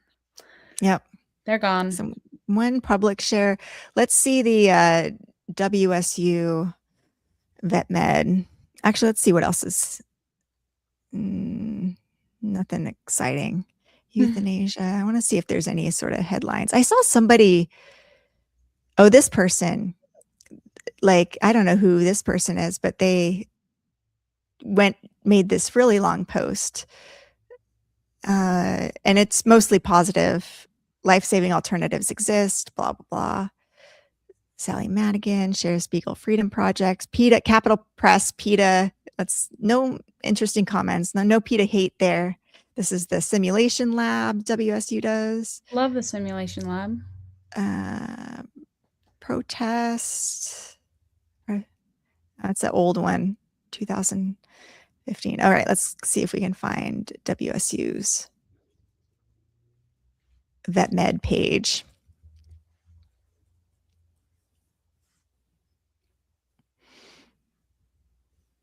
Let's see what they say here. Okay, this is still the top one. I wonder if this is one of the most popular posts they've ever made. 541 comments, 177 shares, 571 reactions. Great work and you got to do all comments, not the most relevant ones here. All comments, see what shows up. So I'm dying to know if all my comments show up here.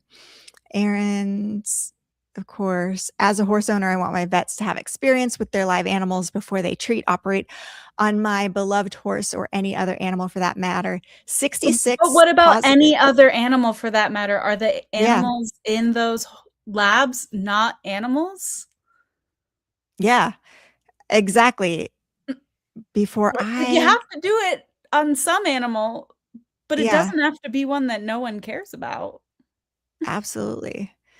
Joyce commented, of course, this statement leaves out important context. The 8 horses in question are healthy and adoptable. The original ethics approval was for horses used in a type of research that would require euthanasia. Post-research, WSU found out that these horses were not used in this type of research, yet still continue to plan on anesthetizing, performing surgery, and then euthanizing these healthy horses. Veterinary training is important, but it doesn't require killing healthy, rehomable animals. People deserve to understand the full picture, and this post does not provide adequate transparency of this situation. Yeah, thanks, One Joyce, second. for that comment, because that's yeah, that's pretty much what we've been saying. Yep. And then Moni says, I completely agree. Hands-on experience with live animals is essential. The concern isn't about that. It's about how students get that experience. In this case, students only got one surgery, which isn't enough repetition to really build skill. Many of us support training on animals who actually need surgery under supervision, so students get real experience and the animals benefit too.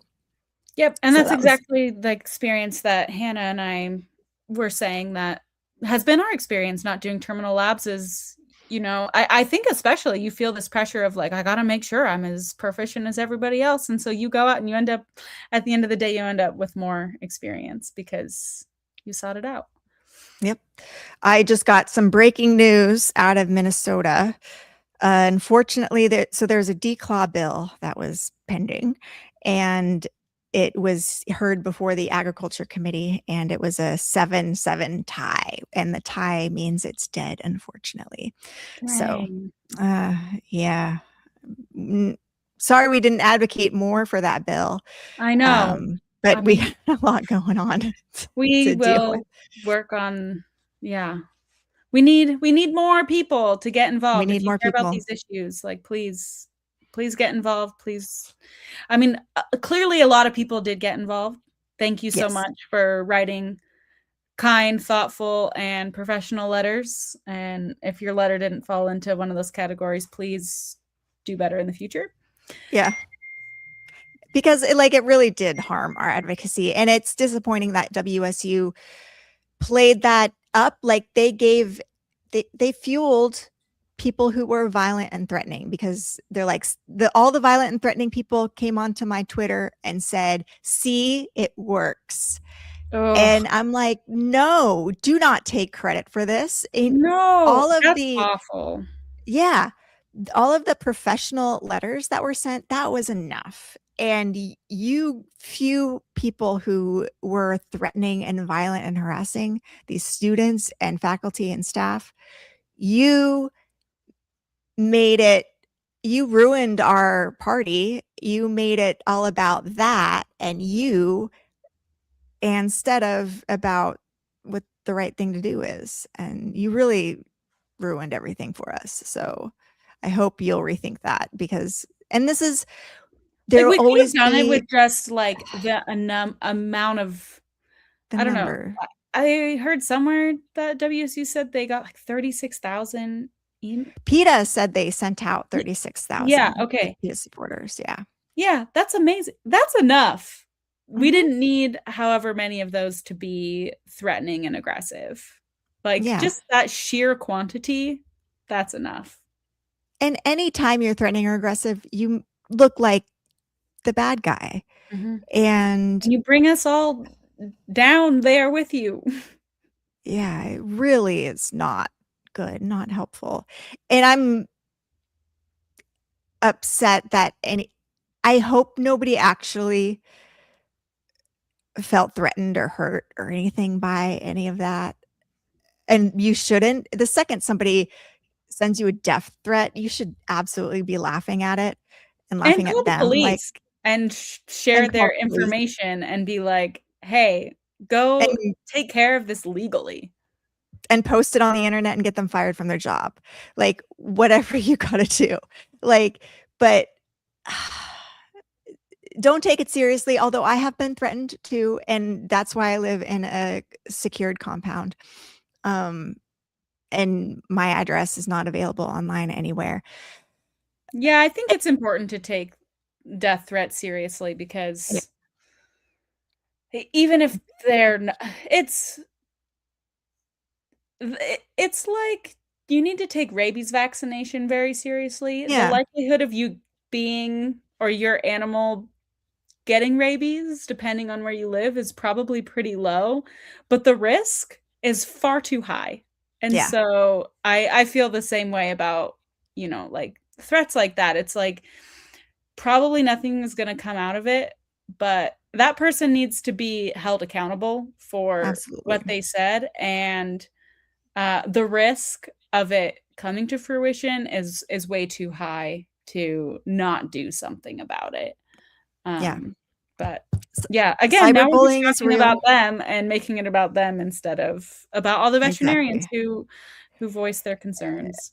There's legal action like civil conspiracy and things like that that can be pursued when somebody's ganging up on people and cyber bullying. So don't do that. And I was going to say something else, but I forgot what I was going to say about that. It'll come to me, but I'll just read my statement to anybody who says like this is necessary, or like terminal labs are necessary. I 100% agree with you. Veterinarians should have hands-on experience with live animals before they ever operate on your horse. That's actually what many of us are advocating for. Well, I wouldn't say operating on your horse. Like, I think everybody would be fine with a vet student operating on their horse if they were like assisting a surgeon who was doing Mhm. it, and maybe you kind of like have people do part of the Mhm. surgery. Like, this is how I train Mhm. students.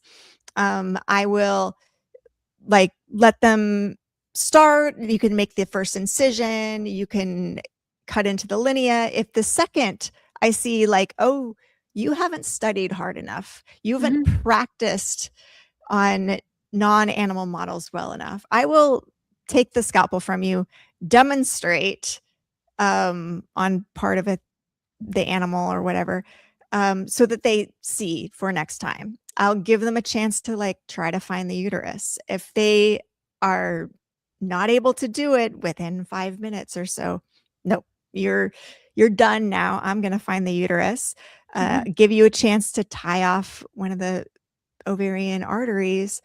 Uh, if again you're demonstrating that you have not practiced on rubber bands first and you're a little bit fumbling here, I'm going to take your instruments from you and I'm going to be doing that. Let you try the other side after you watched me do it, and then you can tie off the uterine body. But again, if you're not doing it well, I'm taking the instruments from you again. Yep. Um, and that's how it should be. I'm not going to let the animal sit under anesthesia for too long while somebody's fumbling around there. Yep.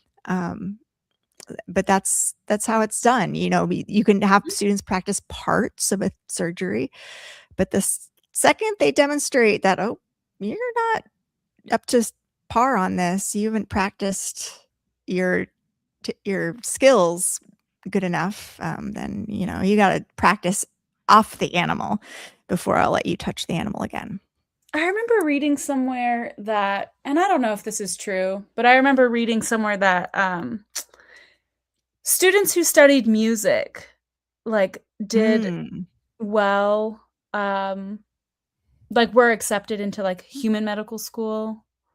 I don't know. Maybe it's someone just said it because I studied music and they're like, med schools really like musicians who then decide to interesting. become doctors. And I don't know if that's true, but I'm a classically trained violinist. And so I Nice. think about surgery a lot, in the context of the training that it takes The to practice, play repetition. yeah, and I think one of my really good friends in vet school is also a classically trained musician, and we would be practicing with our instruments. And I sometimes wonder if other students who don't have that kind of background don't realize how much work it takes to be To do the simplest thing. to be Yeah. to do the simplest thing and to be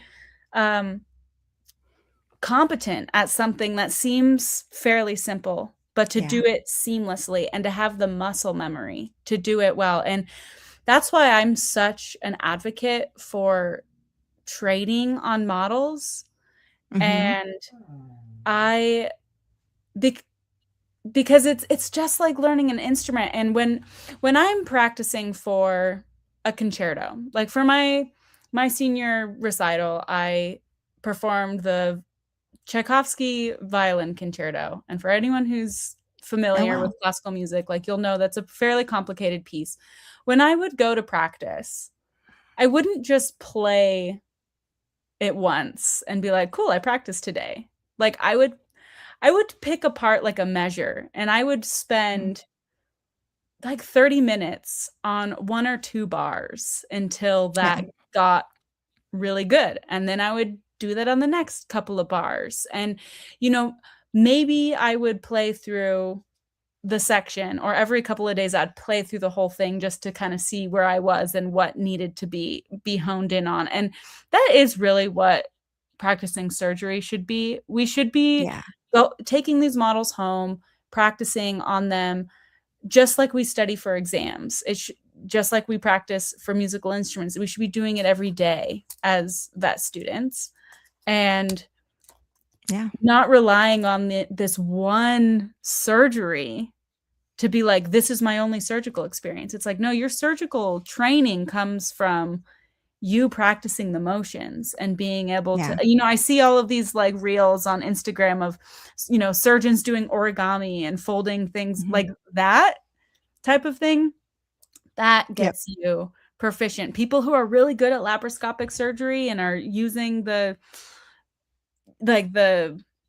video camera and moving the instruments and operating on really, really tiny things, like they do mundane, unrelated things with those instruments for hours and hours until they are operating on a person or an animal.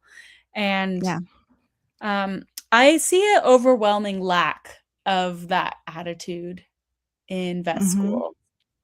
And so I think there is something. Maybe if we had more musicians go into medicine, we would have, like, people would understand that proficiency doesn't come with, you don't practice by performing. Like, you perform once you are competent. Yes. I couldn't agree with you more. And I've been thinking, how do we gamify surgery so it is something that like people practice more? Like, and there is like studies done, like if you play video games, you're a much better surgeon. But I don't think handling a controller is anything like the skills and muscle you need handling surgical instruments. And I have calluses on certain fingers and certain parts from the fact that I do 30 to 40 surgeries a day.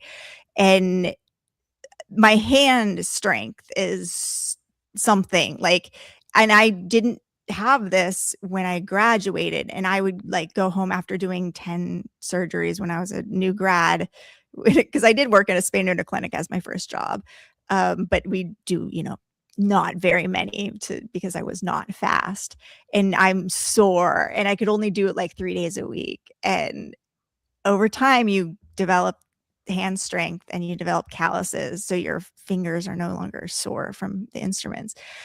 And the fact that like people aren't sitting in class practicing, like listening to the lecture while also practicing. And my friend, my roommate, he would sit in lecture and he would do origami while he was with his instruments. He'd have his forceps and his needle drivers, and he made like hundreds of paper cranes with his instruments. And you know what feedback he gets every time? And he didn't participate in terminal labs either, but every time he goes and does a rotation and they let him do surgery, he tells me, he's like, yeah, they think that I'm like, he's above average in a lot of ways, but especially in his surgical skills. And I'm telling you, I think it's because he made like hundreds of paper cranes with his surgery instruments. So what my business while I was in vet school was this leather business. I'm sorry, I was, wasn't totally vegan at that point, and we didn't have the good animal-free leather alternatives that we have now. And I was a horse girl and just thought leather was the only thing you could possibly put on your horse. Um, but I'd have these brow bands that I made for bridles and dog collars, and I would bead them, and I'd bead them with surgical instruments. And so that's how I got my practice. Amazing. And so I'd bead them and I'd sell them on eBay. And there some days I'd make like $800 on stuff that I sold, and it was great. So you shouldn't be like the weirdo sitting there with your instruments while everybody else is, not. But that should be the You can. norm. No, yeah. It shouldn't be like there's things like in school where it's like, I feel like I'm weird because I'm doing this, but I feel like this is what I need to do in order to get better at this, like making little videos of anatomy lab and narrating the parts to myself. And people would say things like about it, but I'm just like, this is what I need to do in order to know what I'm talking about. So yeah, it's why can't we make a better culture? And you look at like there's like the Japanese and the Chinese kids who are just so skilled at so many things, and America's falling behind in many ways because we just don't have that, whatever that is, practice. And I was a Yeah, I think it's musician the too. dedication to practice. And I think that's one thing maybe that why I relate to medicine so much is my music background, because the words that we use are even the same. It's veterinary practice. We use Yes. instruments to perform surgery. Mhm. And yeah, I don't know. Maybe I need to like figure out Yeah. how to You could write an op-ed about this. talk about it as a musician and why. Yeah. It's the same with like being a horsey girl. We practice, and it took a lot to get your horse to. I did dressage to gradually over the years get your horse up to level. First year training level, second year first level, third year second level, fourth year third level. Like every year, like it takes years to build a horse up to Grand Prix, and I only trained a horse up to Prix St. George, which is a couple levels below Grand Prix. But it takes so much time to train a horse and to train yourself how to do those tests. So, and I felt like that's what's made me so disciplined, and I feel like a weirdo compared to a lot of people. But I also feel like in the recent years now, I used to play instruments. I don't anymore. I don't ride horses anymore. And my attention span and ability to like focus, and of course social media is the bad thing too, is going away. I don't feel like I'm where I used to be, where I could produce as much stuff, and that's because of I'm not practicing that. Although I'm practicing surgery, and thank God for that. That's the one area of focus and practice that I get to do. But I also kind of right now it's just I'm not necessarily getting better at the spay neuter. I don't do like the hard practice. There's like the boring, grueling muddling through of and trying to get yourself to the next level sort of thing that doesn't really exist right now for me in surgery. It's like I'm about as good as you can get for what I do. And now what? Like there's not like that learning that new piece of hard music and how it's just like, oh, so daunting and hard. And then you get like good at it, and it's like muscle memory, and you're like, you can play and it's magic.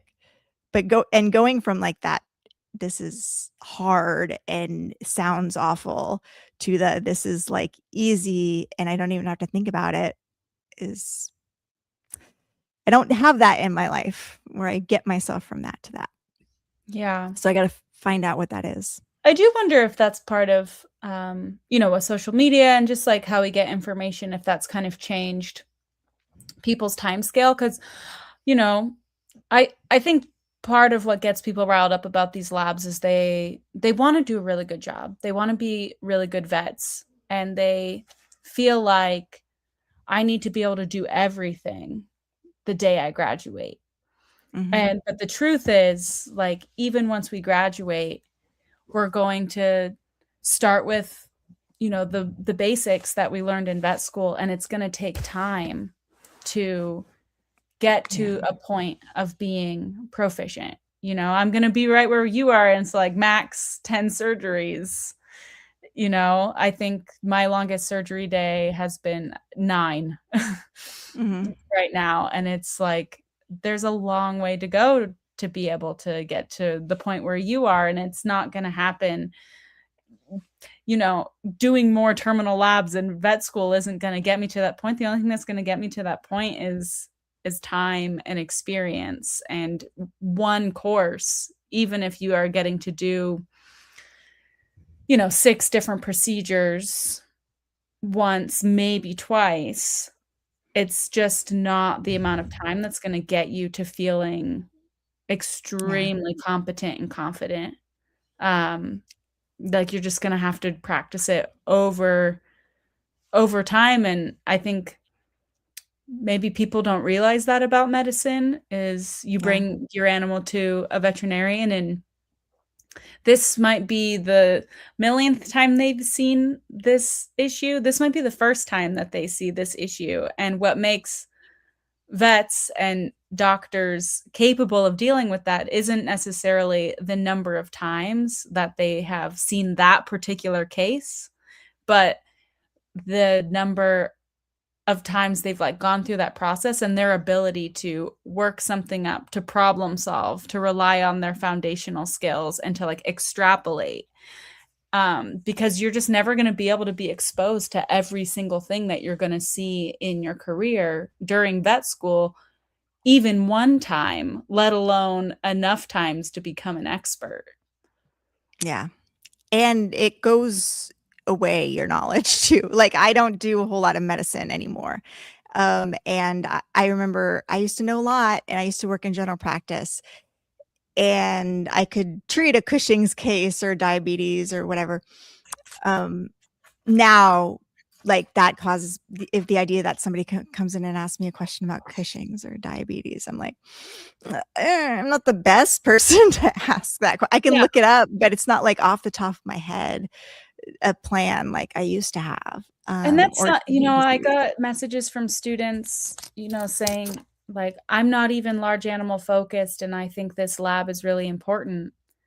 And I'm like, wow, you're willing to participate in ending this animal's life, and you're not even going to be doing these procedures. There's probably a student who really wanted to take the course who is going to be working with these kinds of animals. And B, like, is it really worth it to end their lives if you're never going to do this procedure again? And I think that's another side of, this whole terminal. It's so weird because I think don't know about.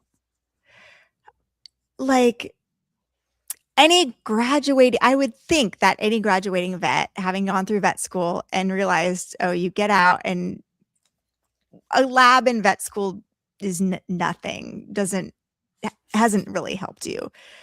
And I think there's a lot of vets we've talked to who are like, yeah, now after the fact, I realized those terminal labs didn't help me at all. And I think there are vets who say that they really did. Especially, I think, first year and second year vets who are a little less removed from the vet school experience. They really are relying on what they learned in vet school. But once you're a few years out, like, you're relying on what you saw last year, not what you saw in vet school. Yeah, I don't understand the ones who are years out older vets who still defend these terminal labs as so necessary. And I remember one producer, I'll call him a livestock veterinarian, farmed animal veterinarian, who is like, he was defending these labs, and I was like, do you have students come with you and do you teach them? And he's like, oh yeah, I do, but they need a base of experience first. Like if they're going to help me do a C-section or whatever. And I'm like, so are you saying that like me as a small animal vet who does surgery all the time, like I don't have that base of experience that you would find acceptable to come out and assist you with a C-section on a cow or a pig and that Interesting. I A don't. little gatekeepy. Yeah. What magical thing happens in those labs that I'm not aware of? I just don't get it. Anyway, I know you got to go and take care of your animals. I do. We need to keep hanging out. They're putting up with their mom being a little busy these days, but I mean they've been on 2 walks already. They just want their 3rd walk. Oh. Well, we could. If you want to stick around a few more minutes, we could talk about being a whistleblower and what we could warn other students of. Who I just think everyone, if you're in medicine, 100%. If you're not in medicine, just being a citizen of the world and being within society that has power structures, everyone should just read The Occasional Human Sacrifice by Carl Elliott, because I think I would have been really shocked about what's happening had I not read that book. I think I'm like emotionally shocked just because there's a lot of social complexity to this situation that I'm feeling emotionally about. But like mentally, I saw this coming and I'm not surprised, and I owe it to, to knowing your story. But then, he opens in this book of, this isn't a book basically to give you hope and inspiration of being a whistleblower, because most whistleblowers lose their jobs, face backlash, and are never remembered for the work that they did. And I think that was really good to know going in. Going in. And I think had I not read that book, I would feel even worse than I do now. Yeah.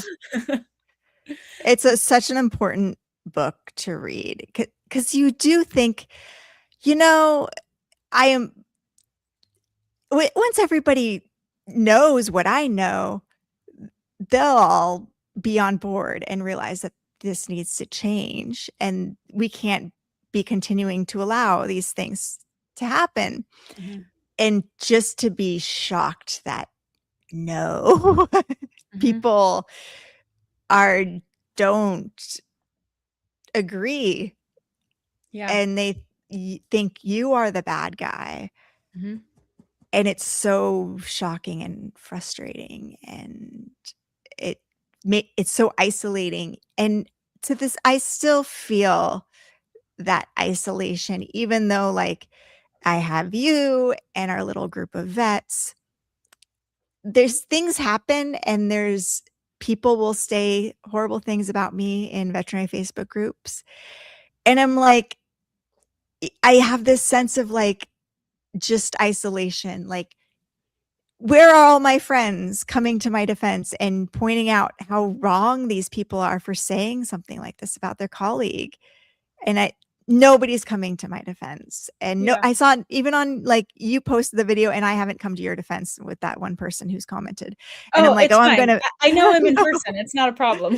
I know, but still, like, I regret that I haven't commented yet, because I was going to formulate my perfect comment. But I'm also very angry at, and this is going to get me in trouble with our own friends. I'm like, where are all our friends who aren't Yeah. also commenting on this? Like, And this is it's hard, people are busy, and I don't know, I give people what's more important. That's what I think. What's more it's important than this hard. right now?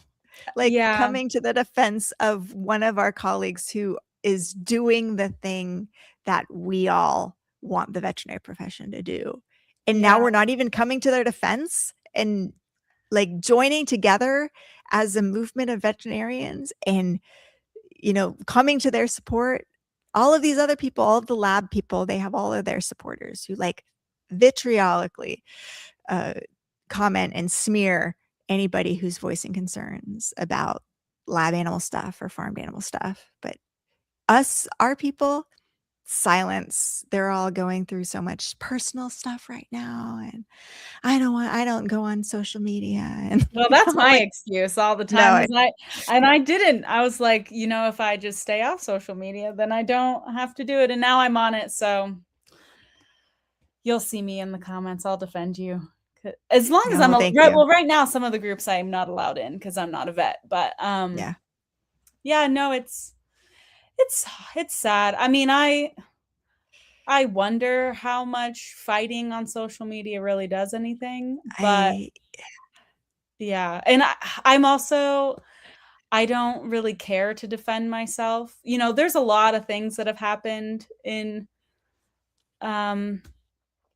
over the course of this that I could, work to defend myself over more. And I don't know, it just feels like I'm just going to keep showing the evidence. And, it, yeah, I feel like when you defend yourself, people think that you're unwilling to receive feedback. Yeah. And that's it's really hard because you want to be perceived as someone, especially if you are someone who's willing to receive feedback. You want to be perceived that way so that you can continually get feedback to continue to grow and improve. But if you ever say, I just disagree with that feedback, then you're defensive and closed-minded. So it's probably a weak take, but I just choose not to defend myself, and I just am like, all right, well.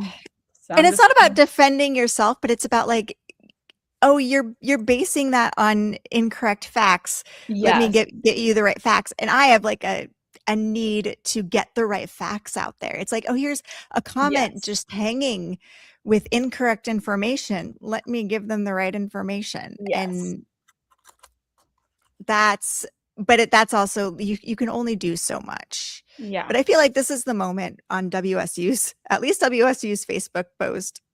Let's make sure all comments are responded to with the correct information when people are lacking in information. And I've changed a lot of minds. A lot of people are like, oh, thank you for your perspective. This really shines a new light on what's happening. So.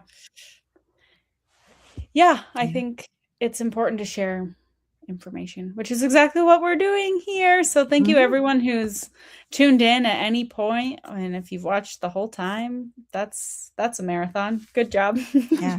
Thank you. And if you're a vet student out there and you want to change your lab, you don't have to do it alone, and you don't have to do anything other than leak us information. Whatever, if you just want to have a conversation. And I know I am about to declare phone bankruptcy. I have too many text messages that I haven't responded to. Email bankruptcy. If you've reached out to me and I haven't responded to you, it's not because I don't think your case matters. It's just because I am overwhelmed by text messages and emails and everything. So please keep sending me, bumping me. Let me know what's going on, and I want to address your school and your issue, whatever it may be. So please email me, cheath@ourhonor.org. If you have my phone number, you can text me. Yeah, and you can do the same with me as well. I am now on the socials and trying to check them. So it's Larea.sunshine on Instagram, and my email is Larea.cottingham@gmail.com, and just my first dot, my last name. So yeah, reach out to me. Find me on Instagram. I'm on the other ones, but if you find Larea.sunshine or Larea Sunshine on any social media, it's probably me because it's a unique name. Yep. Thanks, Mom and Dad. I'm Dr. Crystal Heath. Where does Larea come from? I don't think I've Larea asked is anybody. it's the genus of the creosote or chaparral plant. So in the Mojave Desert, the like shrub that's everywhere that smells really good when it rains and has yellow flowers, Oh. and it's kind of scraggly looking.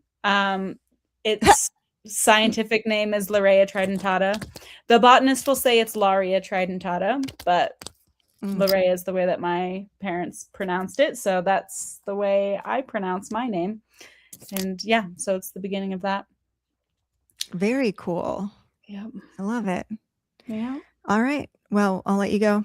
Thank you. Thanks, everybody. A good evening, and please like and share, subscribe, and yeah, reach out. We're here to support you, and yeah, we know there's a lot of people doing good work at their schools, so we'll amplify it, or we'll just be a sympathetic ear, and keep it quiet if that's what you want as well. Yeah, whatever you need from us, we are here for you. Yep. Great. Have a good night, everybody. Bye. And